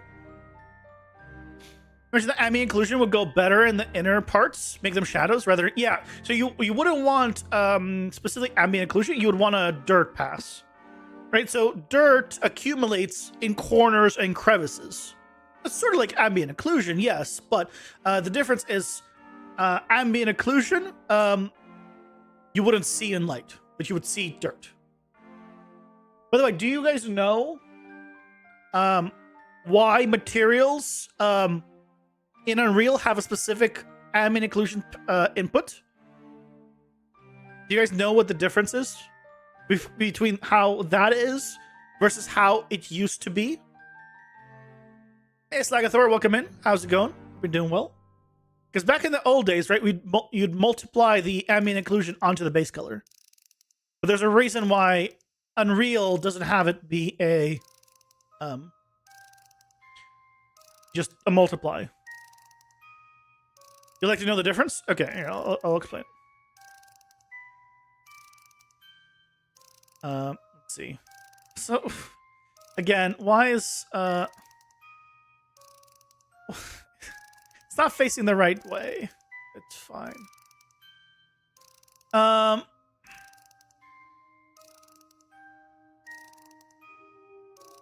I mean,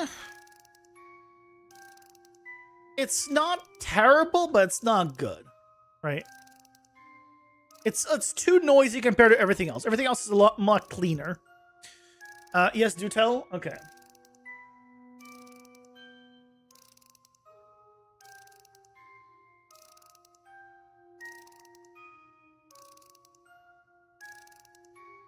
Okay, so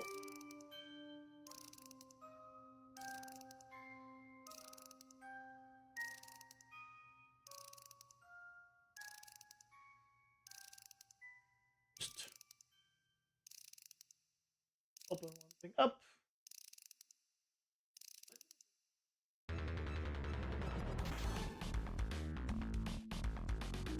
Let's see.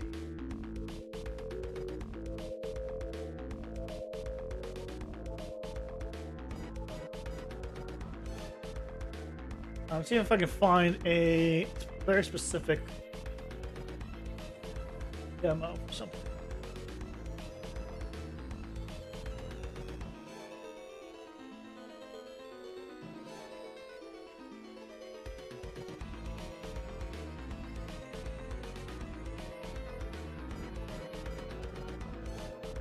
I think that's okay.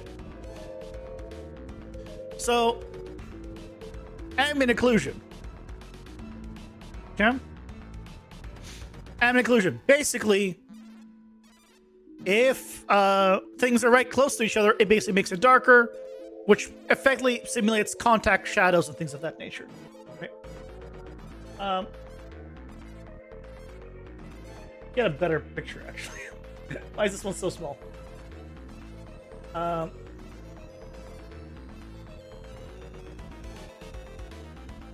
Why is this one so small?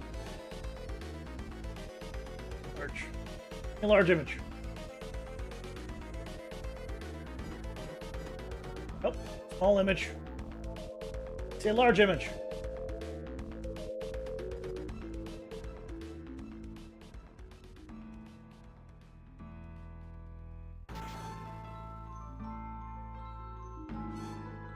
Okay.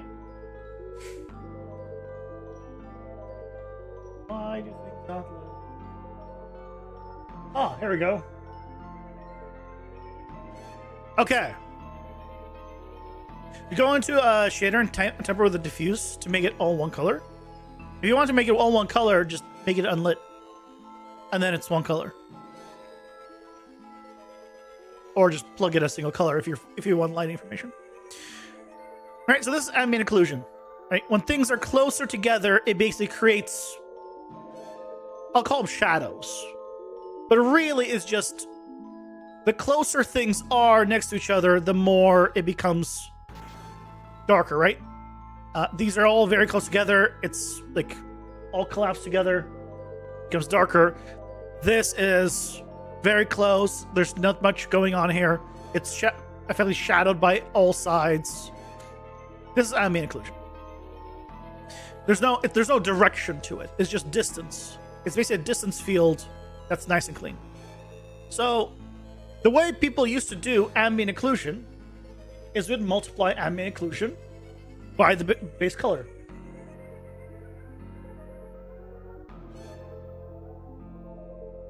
So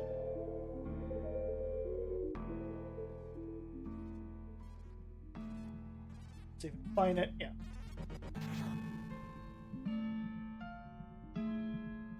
So here is an example of ambient occlusion done wrong.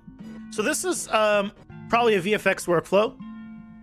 By VFX workflow, I mean there's probably people who are working in VFX doing this. They're just using Unreal, because this is an Orma, which I hate so much. I hate Orma so much. Orma is occlusion, roughness, minimalness, alpha. It's just how people in the film industry pack textures. Now, packing textures is great. Okay, let's get that clear. Packing the textures when you only need a single channel is fantastic.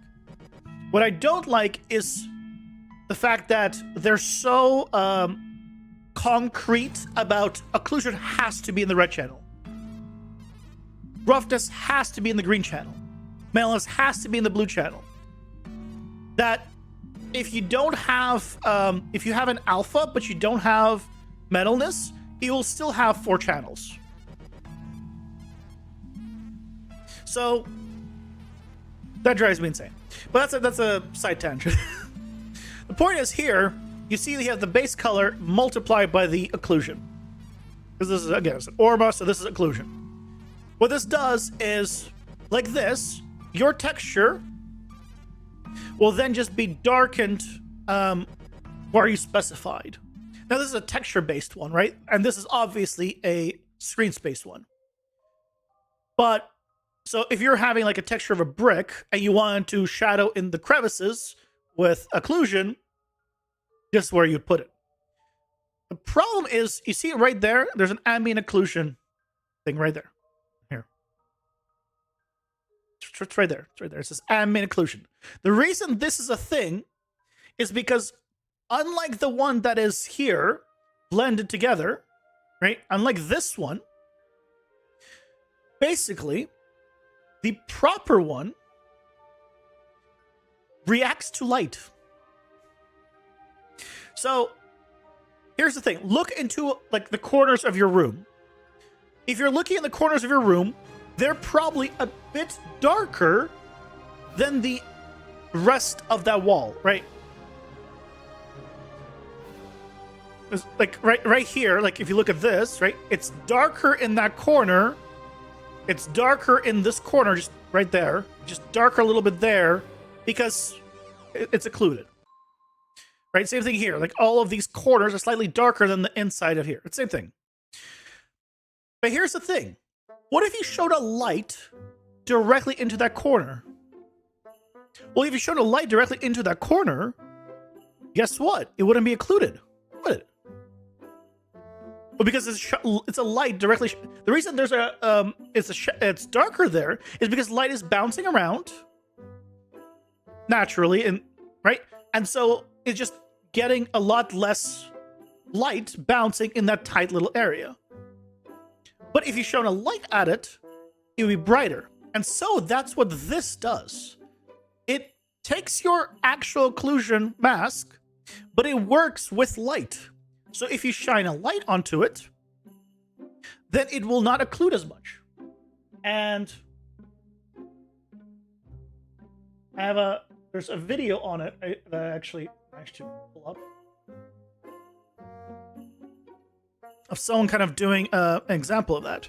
So here in shadow, you get the occlusion detail, right? The darker stuff.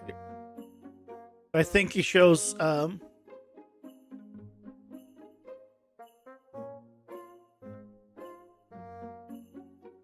yeah, right. Where is it? Right. But when you're shining a light onto it, it goes away because it's supposed to go away. Right? You see all this darkened thing in the shadows, which you're supposed to get all this detail in the shadow. But if you're shining a light onto it, it shouldn't keep that dark area. And that's what the difference is between the ambient occlusion input versus how people used to do it. See, material AO disappears when directly hit.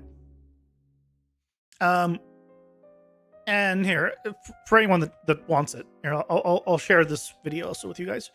If you guys want to see like the full thing.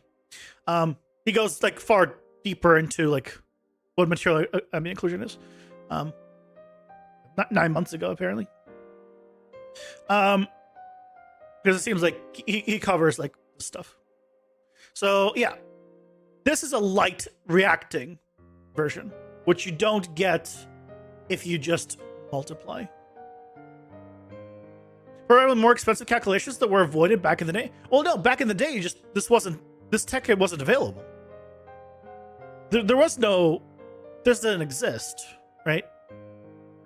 It's just a lot of things just weren't even available. So, yeah.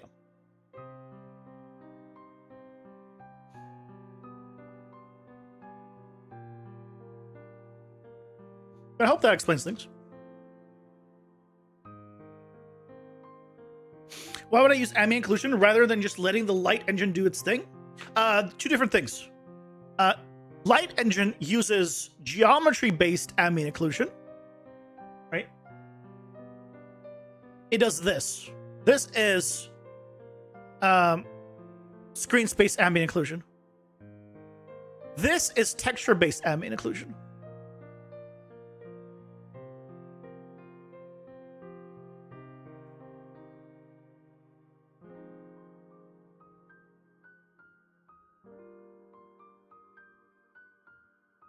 Right, this is a texture of bricks. But if you want it to be darker here, but specifically only in the shadows, right? When, because light shouldn't be bouncing so much here, then you use an ambient occlusion map.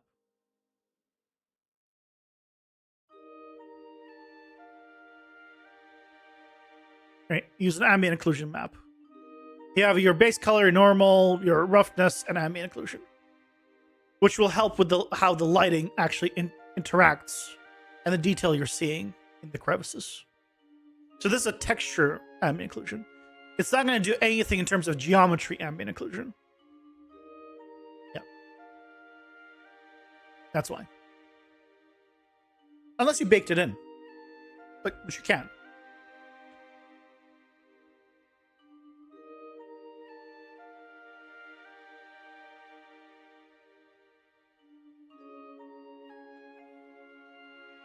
Now do you know how it works? Now you know.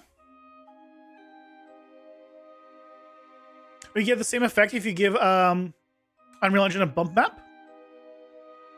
Well, it's all the same, right? Well, normal maps don't make ambient occlusion maps irrelevant. All ambient occlusion does is make parts of your crevices darker when they're in shadow to simulate they're deeper in, or get that finer detail in.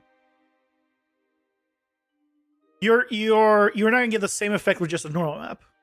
They're for slightly different things. It's hard to explain, but yeah, it's slightly for different things.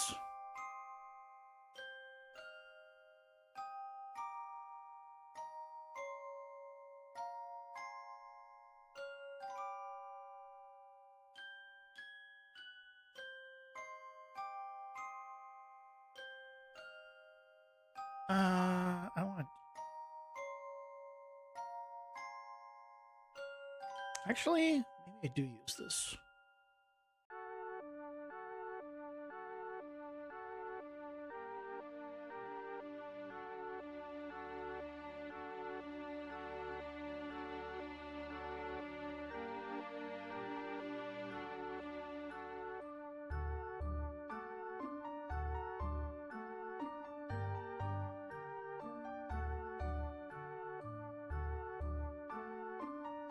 Do this.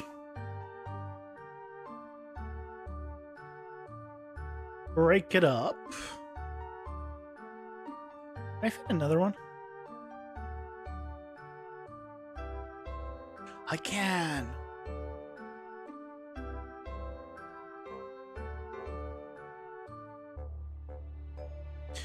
Not that one.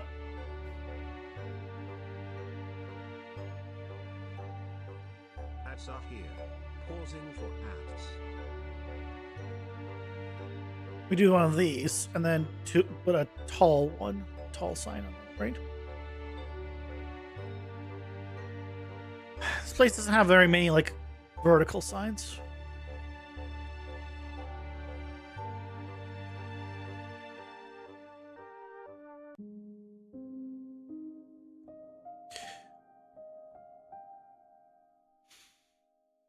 Layers or shadowing can use to give an object the look we want. Yeah. So it comes from the light engine, normals, bump maps, AO. Yep. Also, bump and normals are basically do the same thing. It's just for different use cases in terms of, game engines use neural maps, things like Maya, like bump maps, but effectively they're doing the same thing. Right? It's there for the fine details that aren't physically changing the geometry. Where displacement, right, will physically make the objects push out or push in. Bump a normal map just to make it seem like it is, but it's not. And there's ways of using bump maps in Unreal to convert to normal maps. It's just not as great.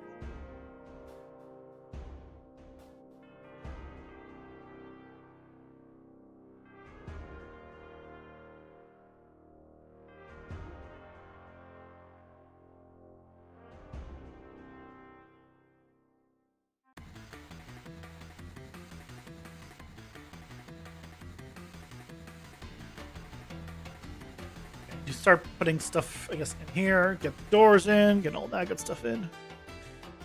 And then I guess I'll deal with the bottom afterwards.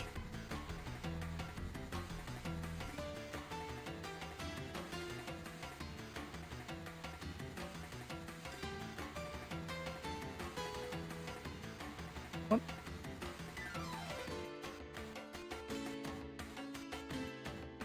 Heck? Why can I not rotate? Rotate here. Oh, there we go. Odd. Can I grab?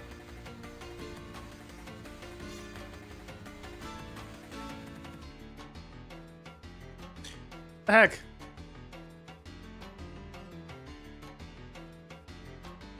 Okay, this is bugged.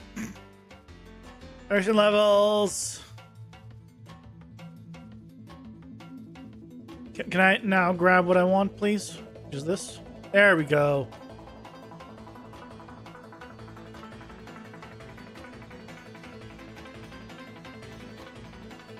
This might not work great,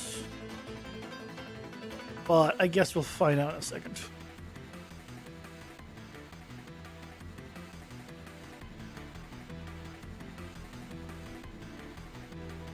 We'll find out in a second.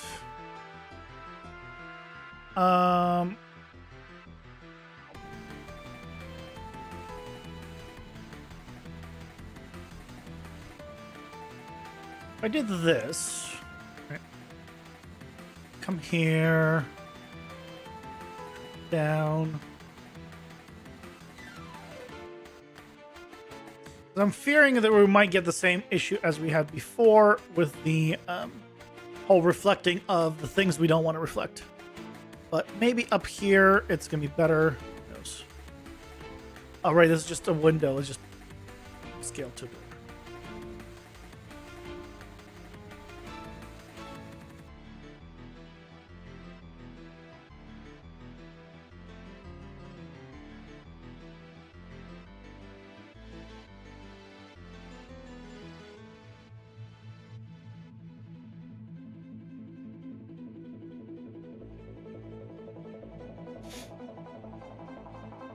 You're excited to see what people do with megalites. You're hoping to download UU's source and see what kind of sorcery they did. You possibly even remotely to achieve that.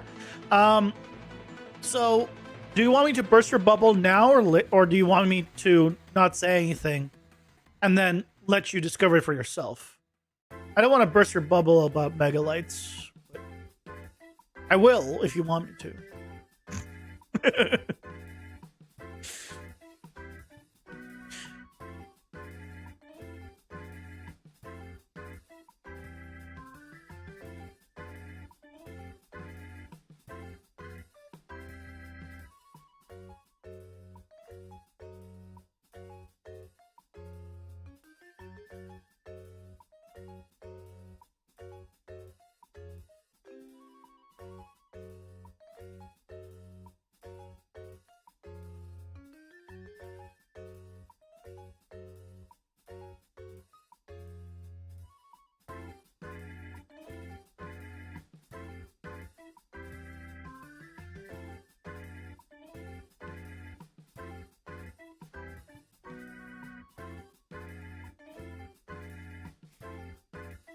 Best sooner, right? Burst the bubble. Brutal honesty already, Chief.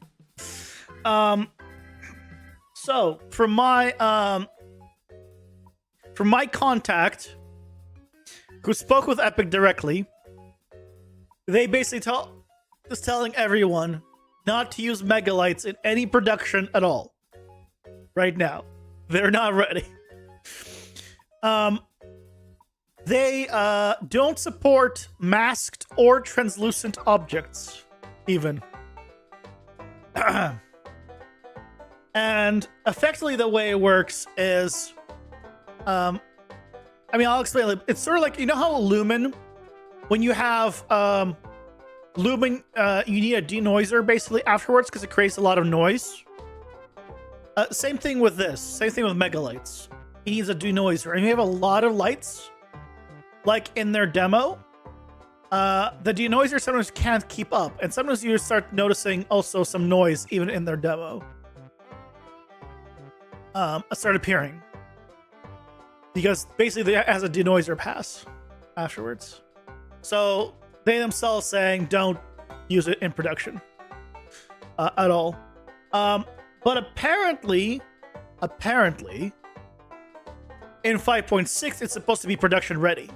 And if that's the case, that'd be amazing. But that'd be a very fast turnaround for something like this. So until it has freaking at least mask support, you know, sure, translucent is kind of needed as well, but as long as it needs at least mask support, right? And then we're like, okay, cool, we can work with that.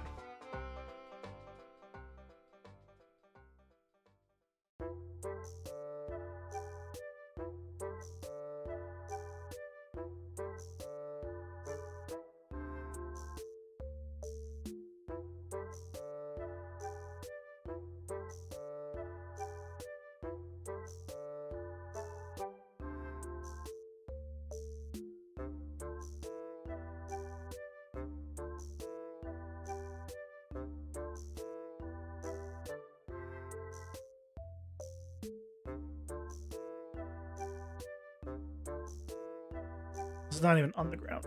Good job, me. Good job, me.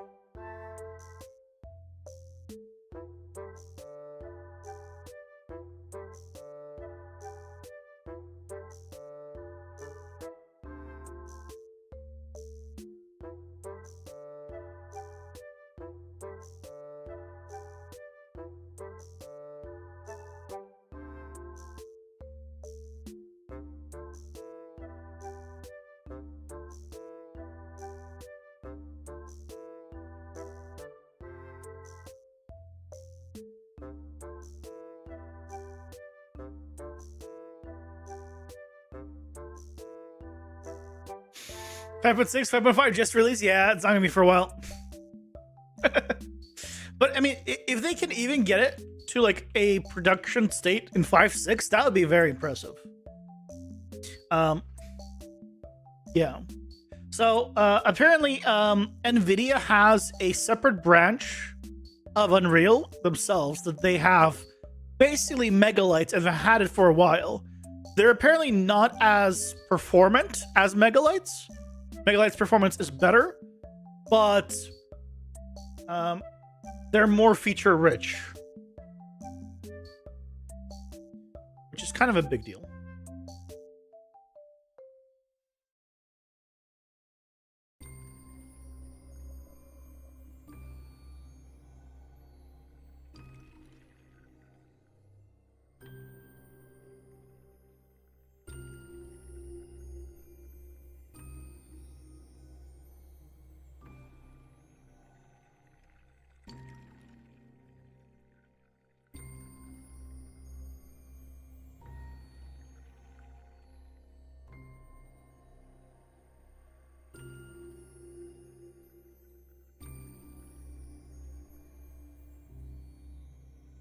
Now, I should say, this is all hearsay. I have not tried it myself, but I am. I'll put this. My source is someone that did a talk at GDC about Unreal Engine, so I have a good source. Not just like, oh yeah, some guy that works at no. This is like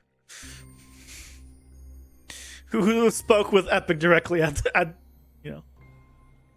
I don't know if it was GDC. I might get the conference correct. The recent Unreal thing was in Seattle. No, I don't remember. I'm not gonna say where it was because I just don't remember. I could be wrong in the location. I didn't go. I didn't care. Yeah.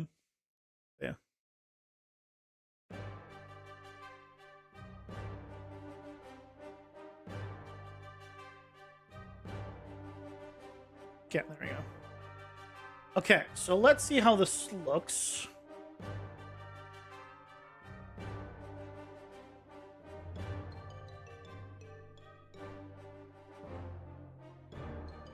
Yeah, so basically I need to not have windows. Is that what I'm saying?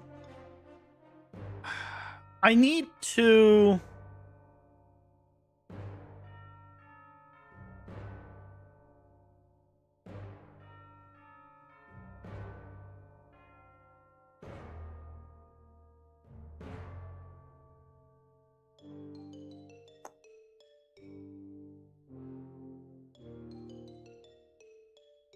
None.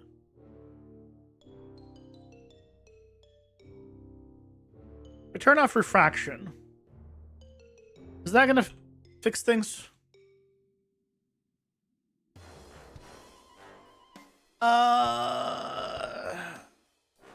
No. Well, yes, in some aspect, but no in others.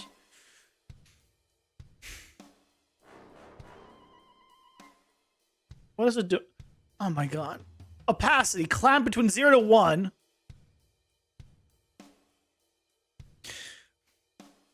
How to spot someone that doesn't know a lot of Unreal?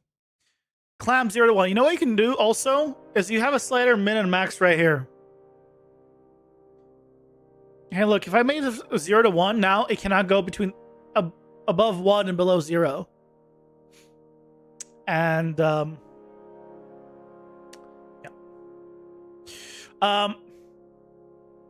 The other thing is, if you ever need a clamp that's 0 to 1, just 0 to 1, that's what saturate does. Now, why does the saturate node make it clamp between 0 to 1? I don't know. Clamps the value between 0 to 1. Saturate is free on most modern graphics hardware. Why is it called saturate? To this day, I do not know. But saturate clamps between 0 and 1. Which is this node right here. This is the same node, except this is just cheaper.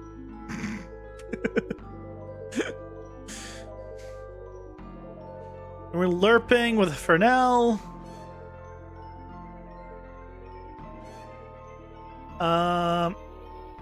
What if I just did a multiply by 1 to 1?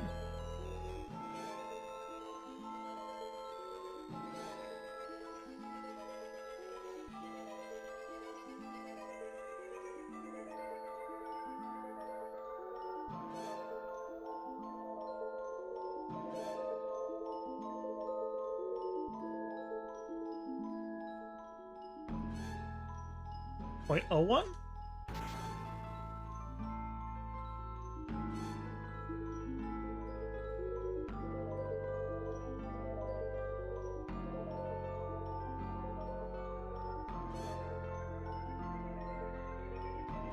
Strange. Yeah, I don't know why. Don't know why it is the way it is.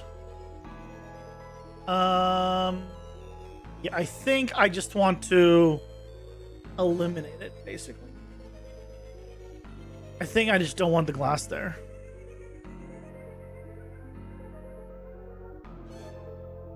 So what I can probably do here, glass, opacity. So if I did 0 here, right? There you go. Just turn off.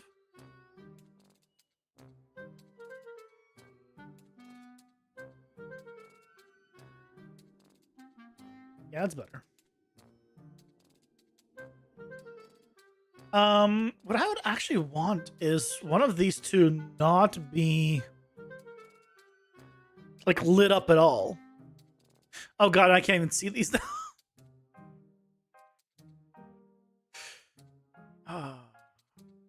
It's fine. They can all be lit up. Let me adjust this actually.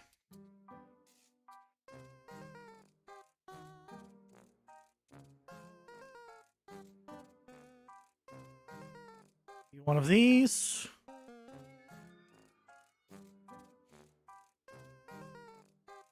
So now if I come here, I'm down here. Oh, need to do the same thing for the bottom one.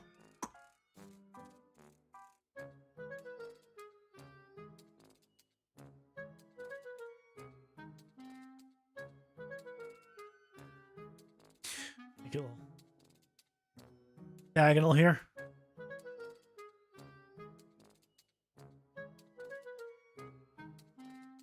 Hopefully that's fine. We'll find out.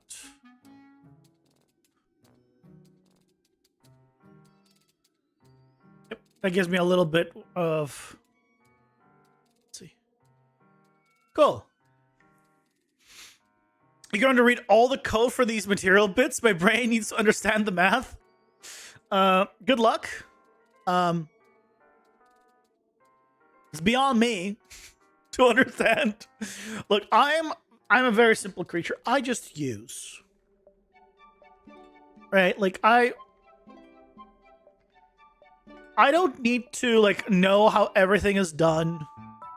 I'm like, if you tell me, hey, this button makes pretty doves appear and fly through the sky, I'm like, cool. Now I know that what that does. Do I have control over those doves? How does it work under the hood? To me, just doesn't affect me, because I come from it from the point of view of an artist, right? I don't come from it from the point of view of a programmer. So as an artist, I'm like, cool. So I just need to. Bad now does that. Cool. Now we can control that, and we're good. Pretty much how that all goes.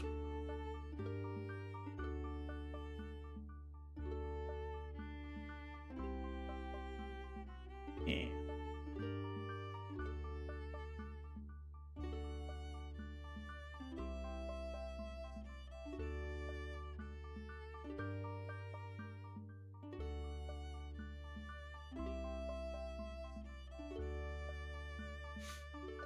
Okay. So we have this now. Okay, this is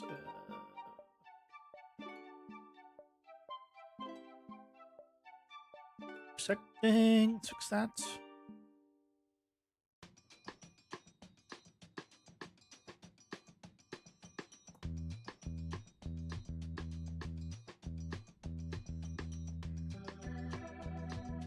Oh, you know what? I forgot to add in the curtains. Like, looking at like something is missing. Curtains.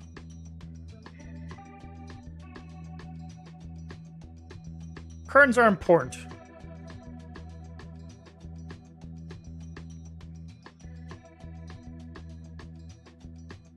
Got a few different ones. This place uses these curtains.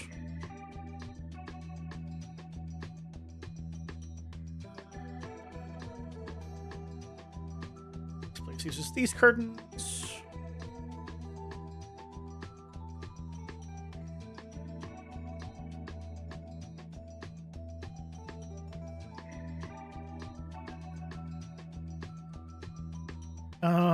We don't have very many options, so I guess we go back to these.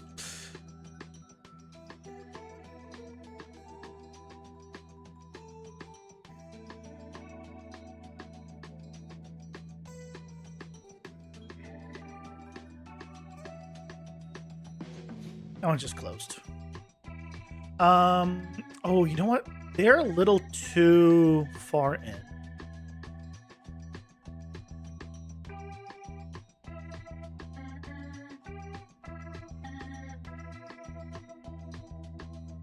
They're a bit far in. Let's move them closer. Closer here, and then we can move these also closer, which makes more sense.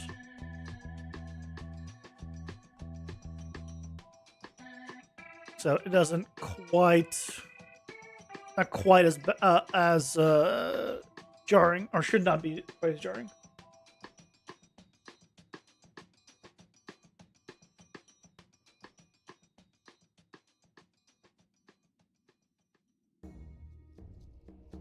Yeah, there we go. See, that's a lot better.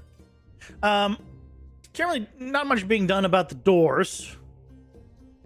Because there's no real doors. That's one thing about this place. There's not a single, like, normal door. The doors are just glass in this entire place. Oh. Yeah, turn off my masking because I can't see much of this environment with it. There you go. Right, the doors are all glass. Every single one of them.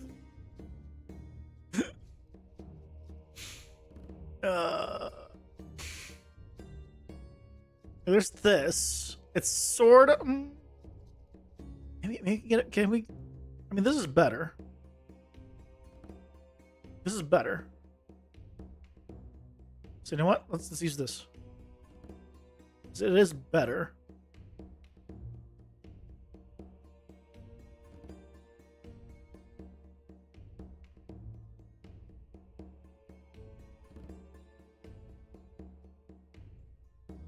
Yeah, that is better. That is better.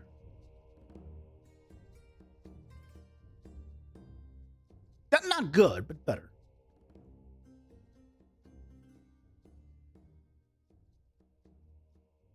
Okay. I want some signs on this for sure.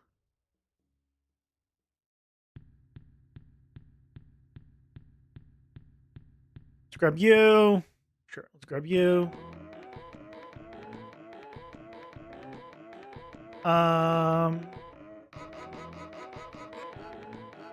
Do I want another one?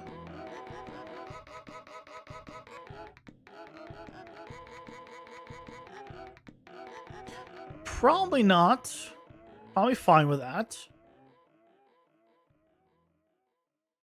Kind of want another one.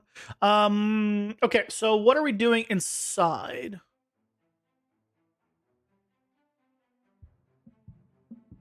Okay, so we need to put something in here. I guess for the smaller one, I can go ahead and use these, which is what I was going to do.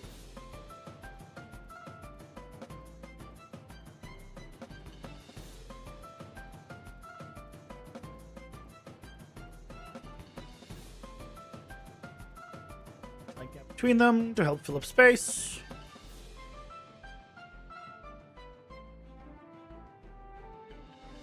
And no, I am not going to be stocking these. Dear God. There's... You can't make me.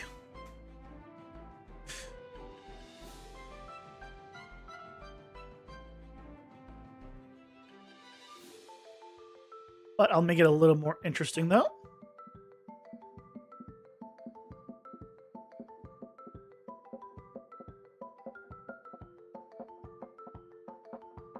So what we can do is...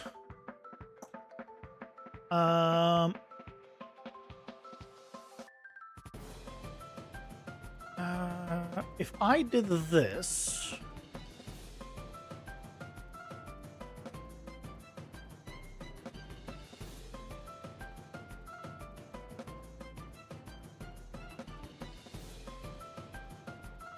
Would this work?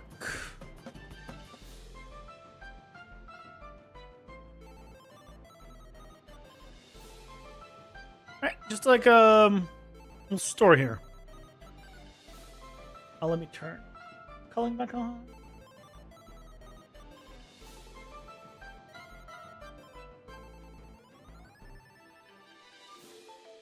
Yeah.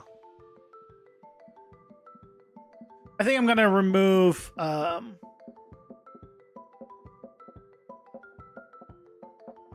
slight difference, you know, slight variation.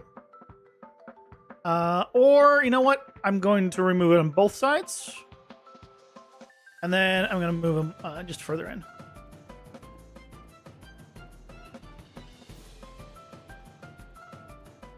So there's there's a path then on this side as well.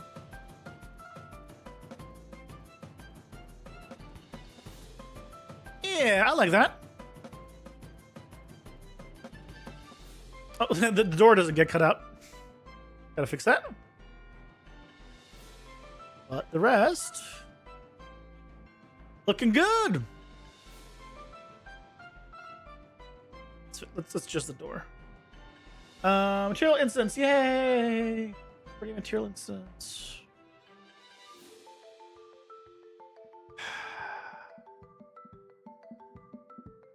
Why? Why is this not a material instance? Why is this not a material instance?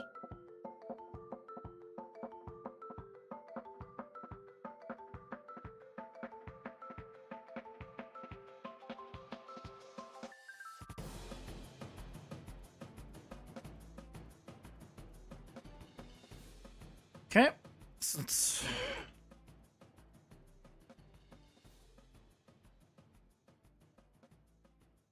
It's such an additive.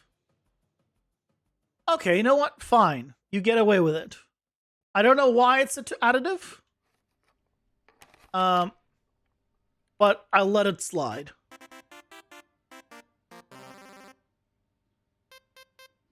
This, though, is masked and set up already, which means I probably already... Did I create an instance for this one already? Oh, I did not. There we go. Bam.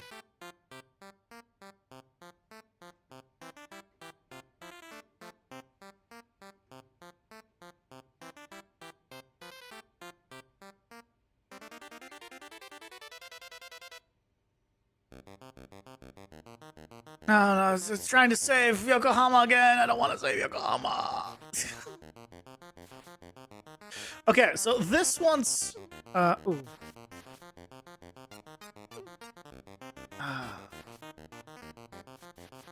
Gotta make this one a material instance as well. Oh, I already had one.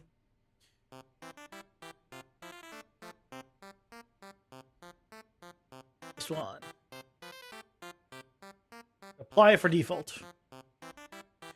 So, good. Well, actually, I need these to be cut out as well. Just realized. Do I want those?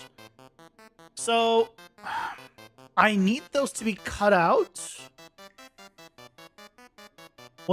if they're above.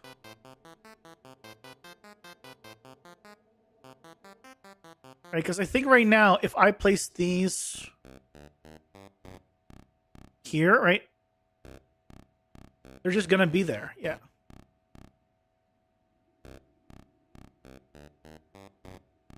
Yeah. So I actually need these also. Camera masking. But how does that look then?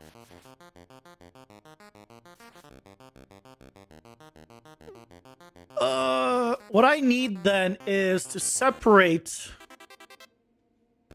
the vertical from the camera one. I need control for both.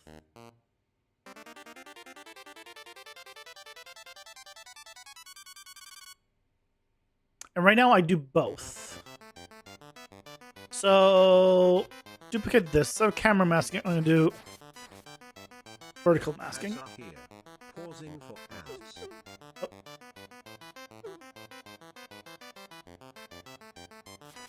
Do after the ads.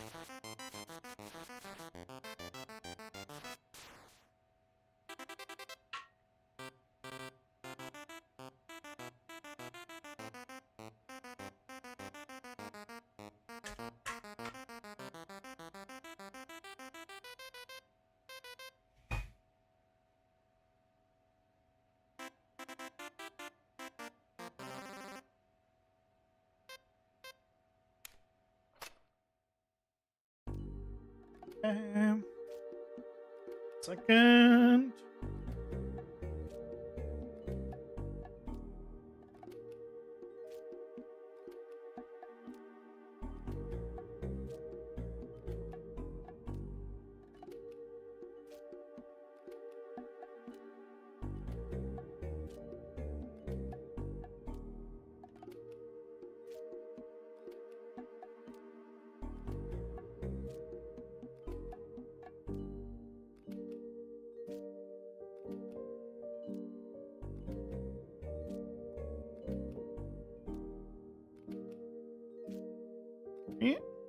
Okay.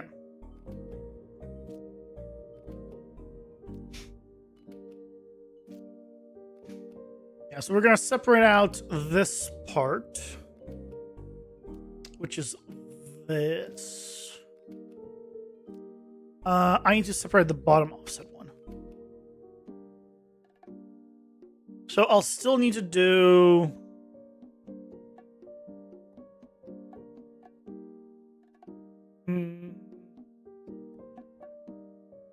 Okay, I think what I need to do is... change this. Just always do this. It doesn't hurt. So then we do vertical masking. If it's true, then we do this. If it's false, we check if it's camera masking.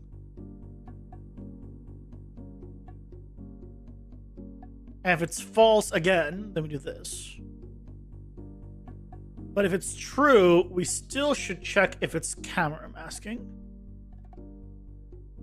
Here.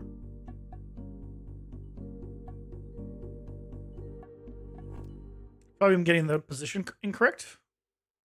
And if it's false, it's this. And if this is true,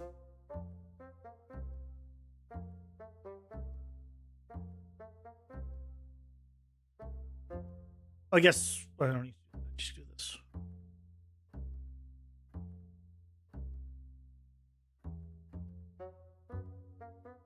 Oh, oops, no. Not here.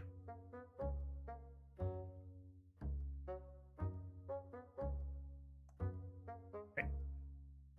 So if it's true, it goes to camera masking. If false, it goes to camera masking. Camera masking, true by default. Vertical masking, true by default.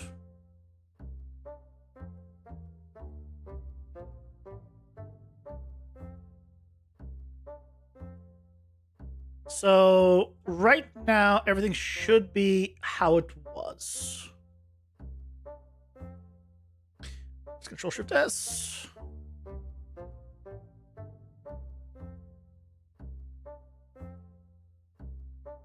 Don't save this, please. Save the rest. Thank you. So right now, just to confirm, everything still works exactly how it was. Yes. Okay.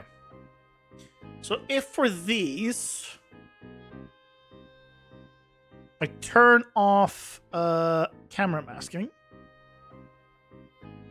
how is this going? It seems like it only keeps the vertical. Oh! Did I set it up correctly?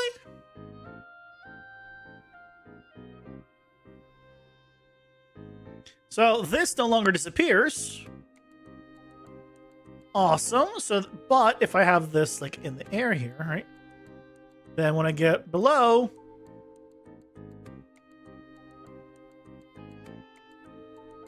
then it will.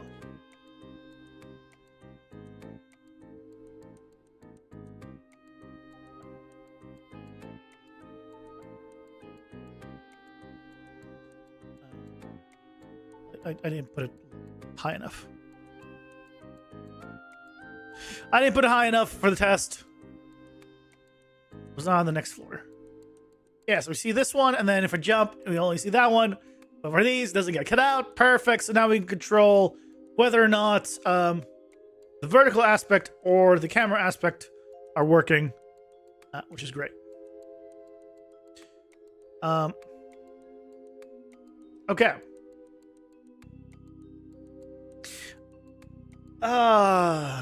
Press Control-Shift-S.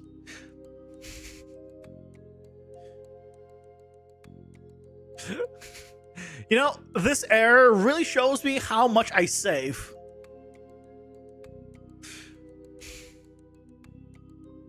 If I did overview, is it still asking to save it? It is.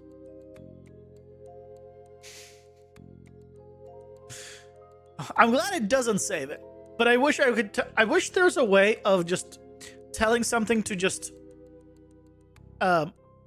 stop trying to save when I do save all. Just ignore it.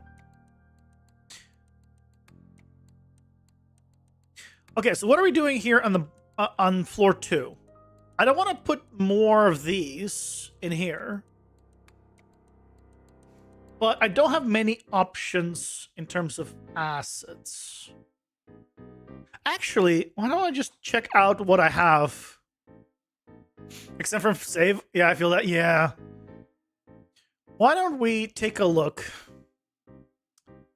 I don't know what actually I have. Is it gonna log me in? I want to just double check what it's gonna show. Fab. We good? Yeah, I'm logged in. Okay, cool. Just double check. If I go to my library, I probably don't have my own thing still. Nope. So, my library. I want to go to 3D models.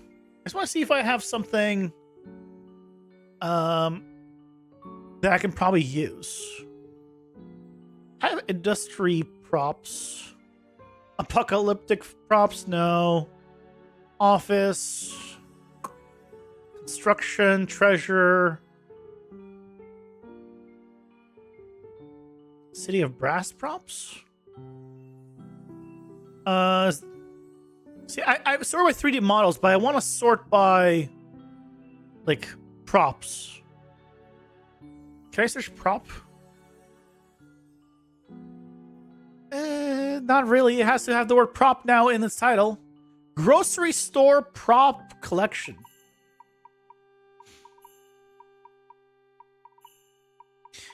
You know what?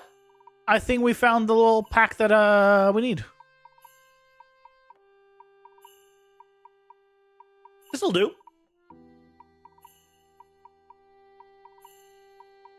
This'll do.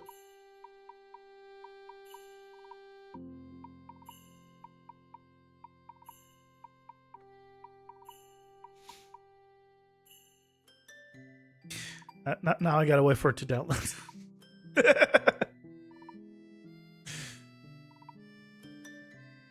Yay, some more options.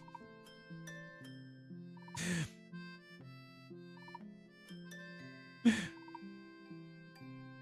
then we're going to figure out, I guess, what we put up here. I need to have like an office or something.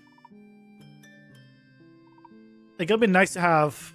I'll probably use some of those the things in that pack. Fair. Oh, I need to. We'll use this. So we close this off.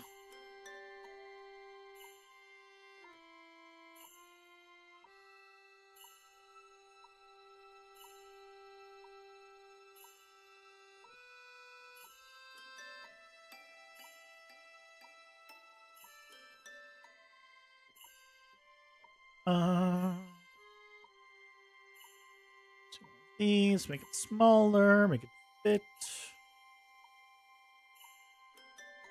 Okay.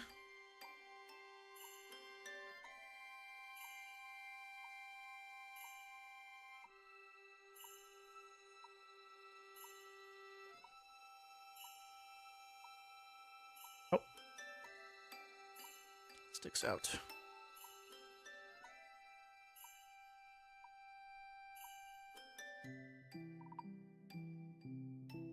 There you go.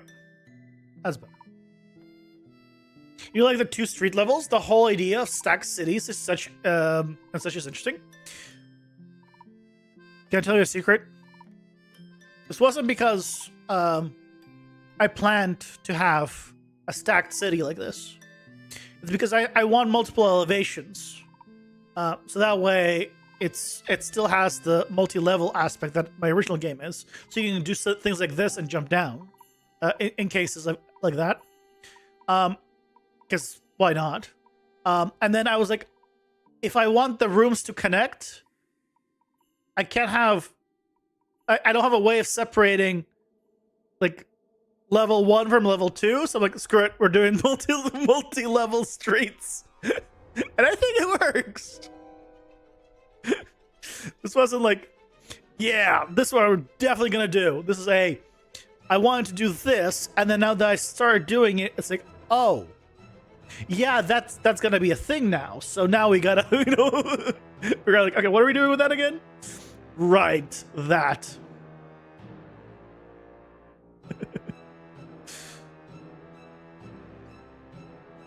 Okay, so is it here? Oh, store props collection. Yes. Let's move this to here. Yes, load 700. Oh. Is it fine doing it while I'm still playing? We'll find out. We'll find out. I have a quote migrated assets folder where I put all the packs that I bring in, so that way it is not nothing there is synced with Git, and it's stuff from packs. I just made the mistake of trying to move something, I think, while it was simulating, or while I was playing. I think mistakes were made, but we'll see if it realizes what I wanted to do. Shit.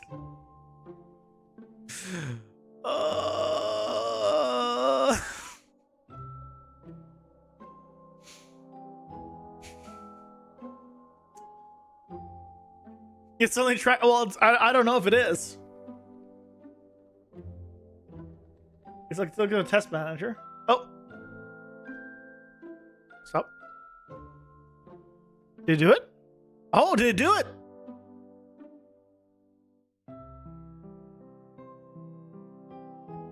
Oh, what was it called? There it is. Preview scene, I guess.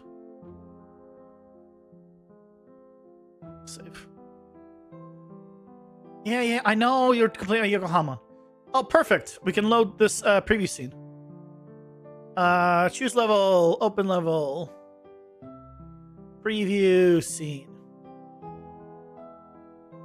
There we go. So now we can do it under recent. But nice. There we go. Look, guys, we have a door. We have a door. It's not a good door. We have good doors.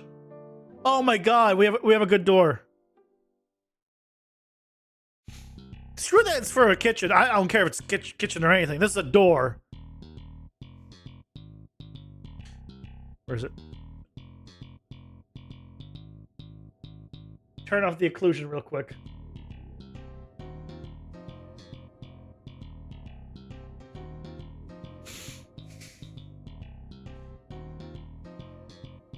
Where is it? Where's that door?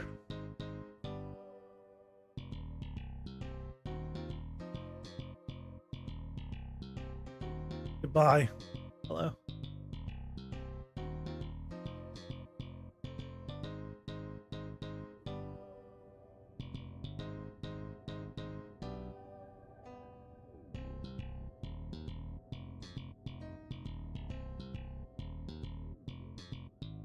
Ah.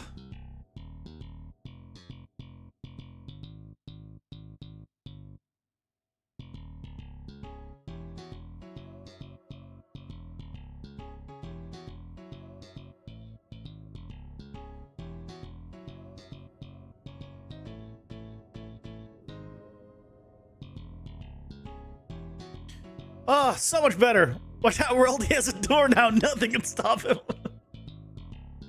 I know, right? I'm pressing Control Shift S. Whatever.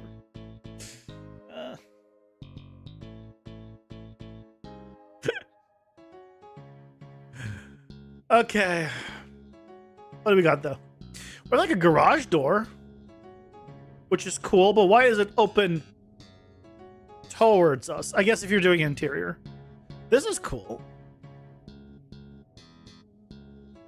Maybe I put these like in the upper level or something.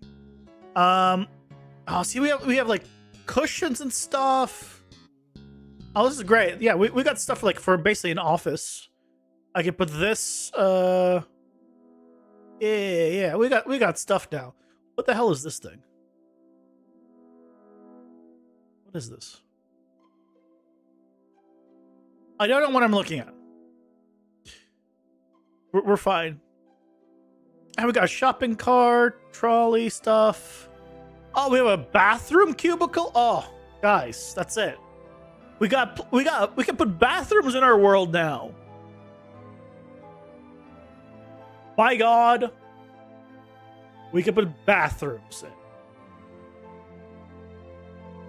And here I thought that people in this world just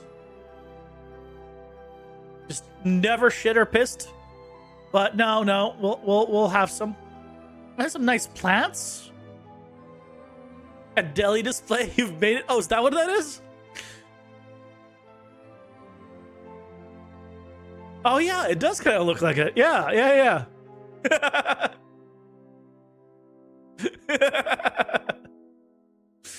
Oh, that's a good pack. Good pack. I'm glad. We have trash. Look, we can have a toilet, and we can have trash. We're living the big life now, guys. We're living the big life. And this is, by the way, why you always want to grab the free for the half-month assets. I press Control-Shift-S. Free for the half-month assets. So when you need something, you're like, do I have it? And the answer a lot of times is yes. It's not gonna be a perfect thing, but you know, it'll do. Safe. But I think with this, we're gonna call it a night here, guys. Thank you so much for joining me. I hope you guys had fun.